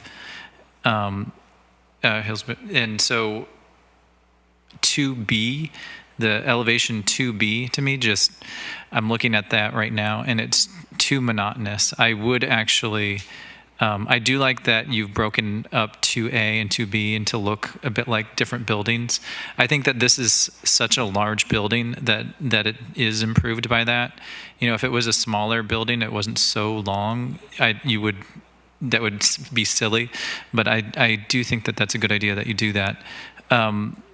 Along 2B, elevation 2B, it's just too monotonous. I would add maybe another module or two to break that up, because that is what everybody's going to see driving down Hillsdale. Oh yeah, thank you. So, it is nice that there's a transition. It makes it look like a couple of buildings there on 2A between 2B, where the plane transitions. But again, 2B just goes on forever to me. So I just ask that you break that up with another module of some sort. And then, you know, I think I've mentioned everything from site design and such that I can say. So that's all my comments. Through the chair, I have one more comment, if that's okay. Quickly, if especially if you're able to increase the 2-bedroom unit count and add some 3-bedroom units, I would consider doing a playground in one of those open spaces, because Laurie Meadows Park is just over a mile away, and wouldn't want people to put their kids in the car and drive to the park, given the traffic situations in the neighborhood. So having a local on-site playground, I think, would be really helpful for families. Okay, thanks. Yeah, I think that's a great idea. I know this is, you know, very schematic, and, you know, all of the details and amenities are not worked out. So I appreciate that comment about, you know, possible playground or children's area within the open space. It's protected and on-site and perfect. I also really like the idea of moving the bike rooms, and I noticed there's like 3 of them, I think. Maybe not all of them need to go up to ground level, but some.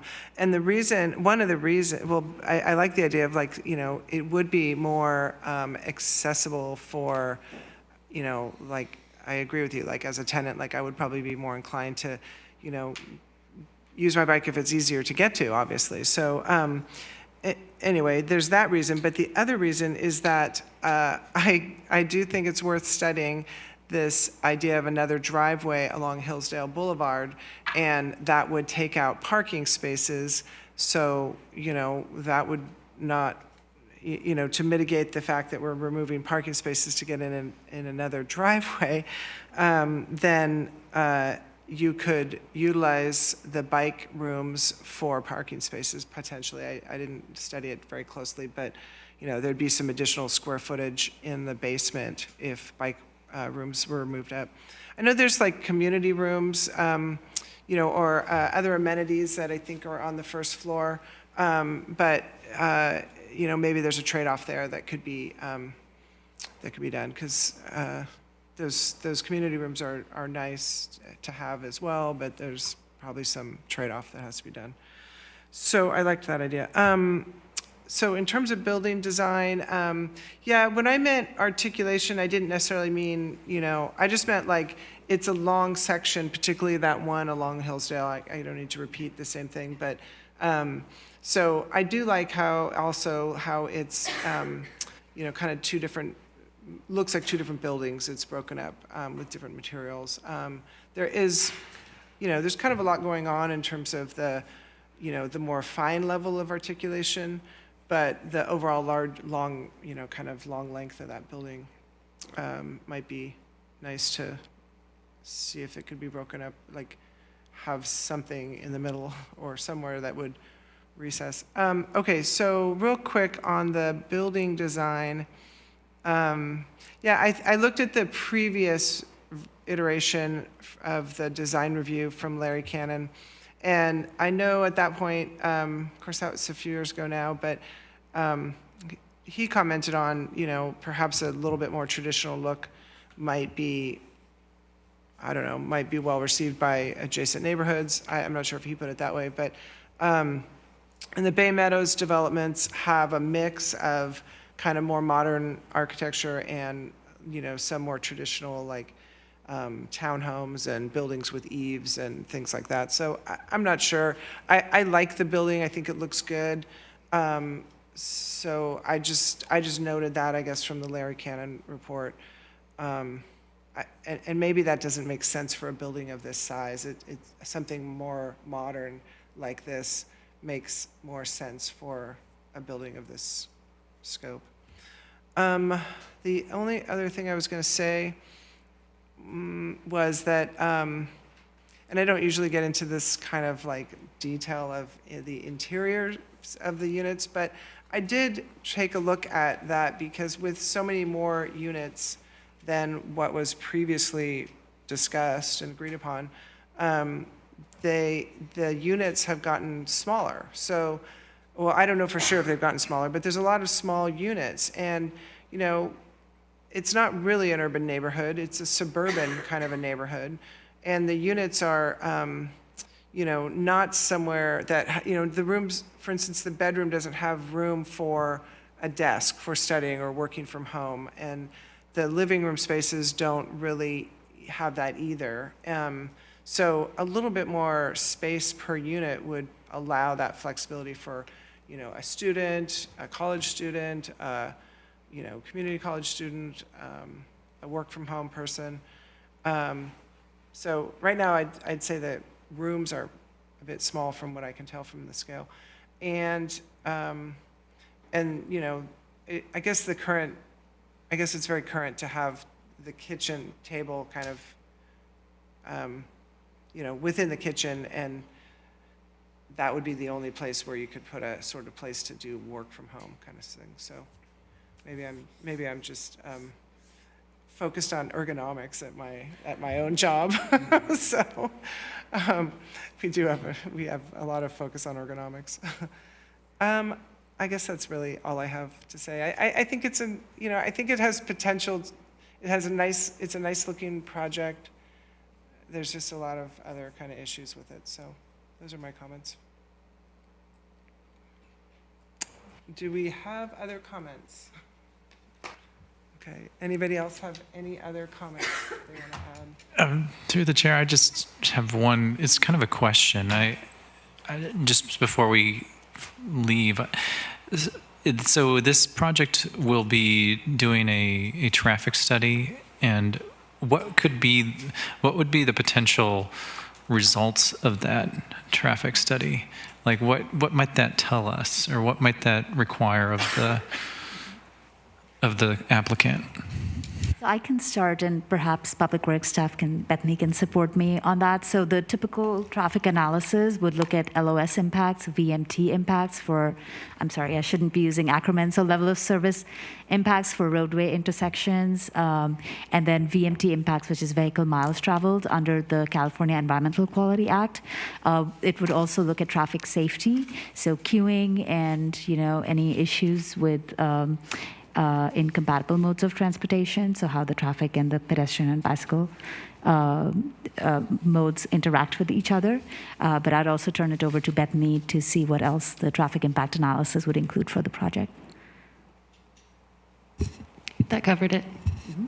And I would add that for the CEQA component under the California Environmental Quality Act, the traffic impact would also look at cumulative scenarios, so not just this project, but projects in the area and how they would cumulatively impact the traffic in the area. Thank you. Through the chair. Yes. One other comment, because we didn't really have a category for this, but I feel remiss not to mention it a little more. It's been touched on a little bit.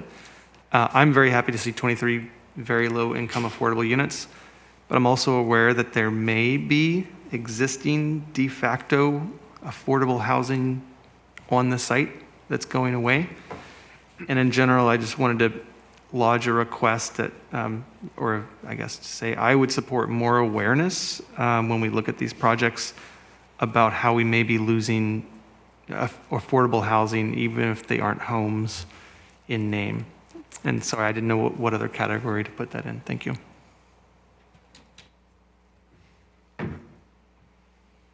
Through the chair. Yes, go ahead. I wanted to thank the public for all of their efforts on this project, not only tonight, but throughout the years. And, we as a city and developers are consistently encouraging input from the public. And this is a new development team here in San Mateo. And I hope that you are sincere in your statements that this is a brand new project. You want to hear from the public, and you are going to use the information that they've brought as part of your decision making. I have not seen a rejection of this project by the neighborhood association. What I've seen is their willingness to work and cooperate, and I think That's a key component here.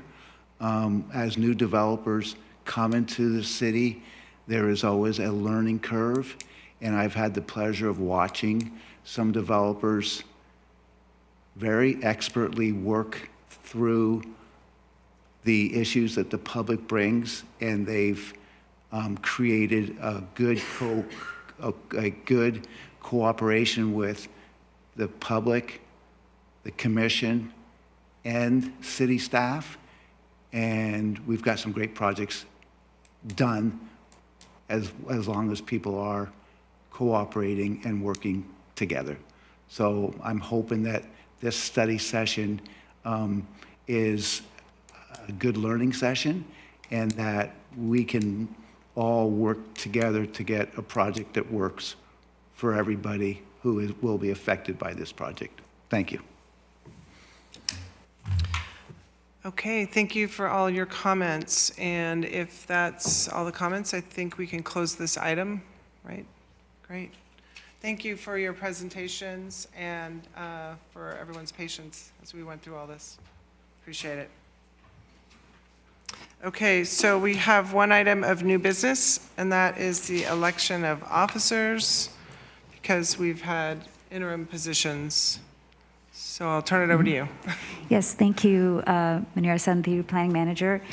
So just to repeat what's in the report, the rules and procedures for commissions requires that the election of officers be held as close to June 10th as possible. We're on June 14th today, so we wanted to agendize this item for discussion.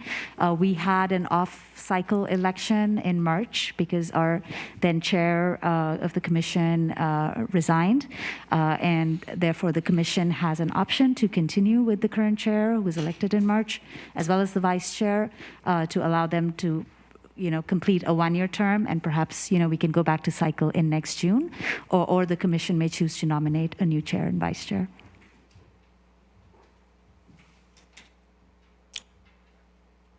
So do I ask for a nomination for chair and vice chair? Or a motion? Mm-hmm. Okay, should we start with chair or vice chair?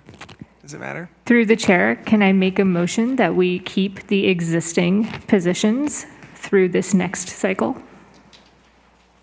I would second that motion. Okay, can we have a roll call vote to keep the existing chair and vice chair?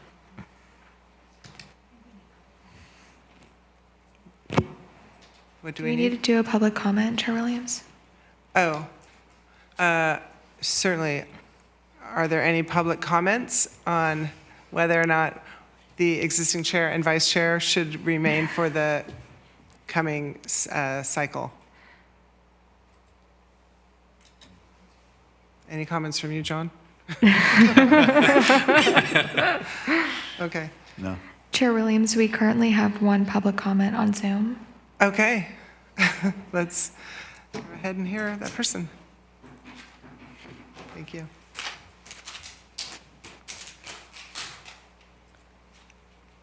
Okay, Rayan Motoshimi, you can go ahead and unmute yourself.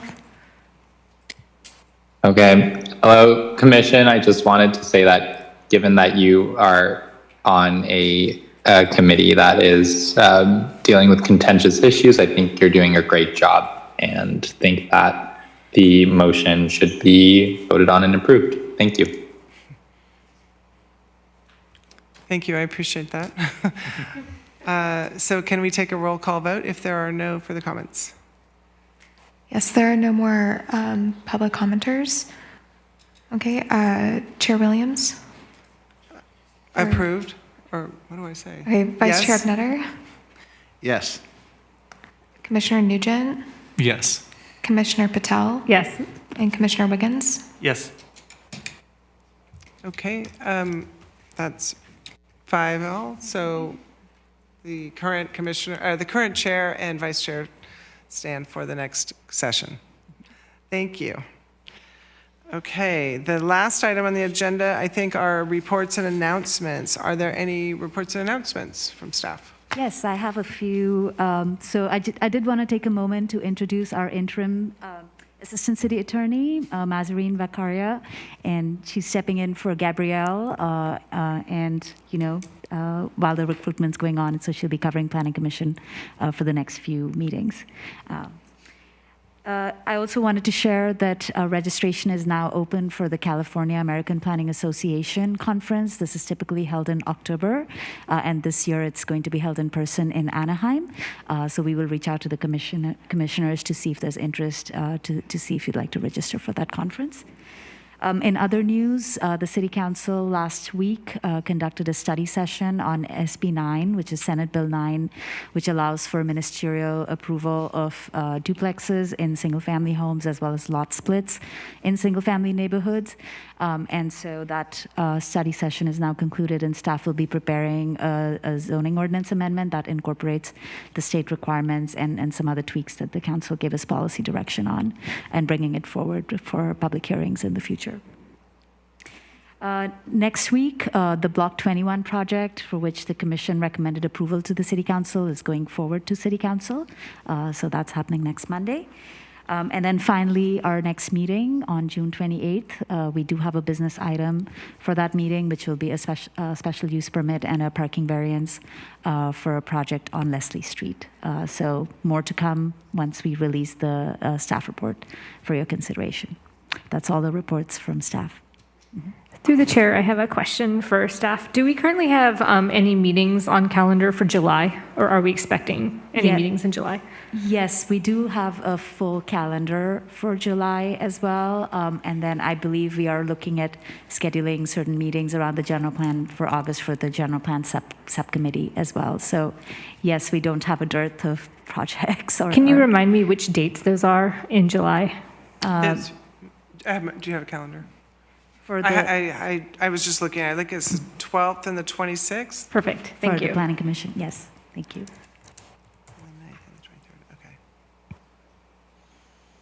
All right, if that's all the announcements, then I think we can adjourn the meeting. Thank you. Thank you. Thank you. Actually, I wanted to say hi to Jordan. It looks like he's still.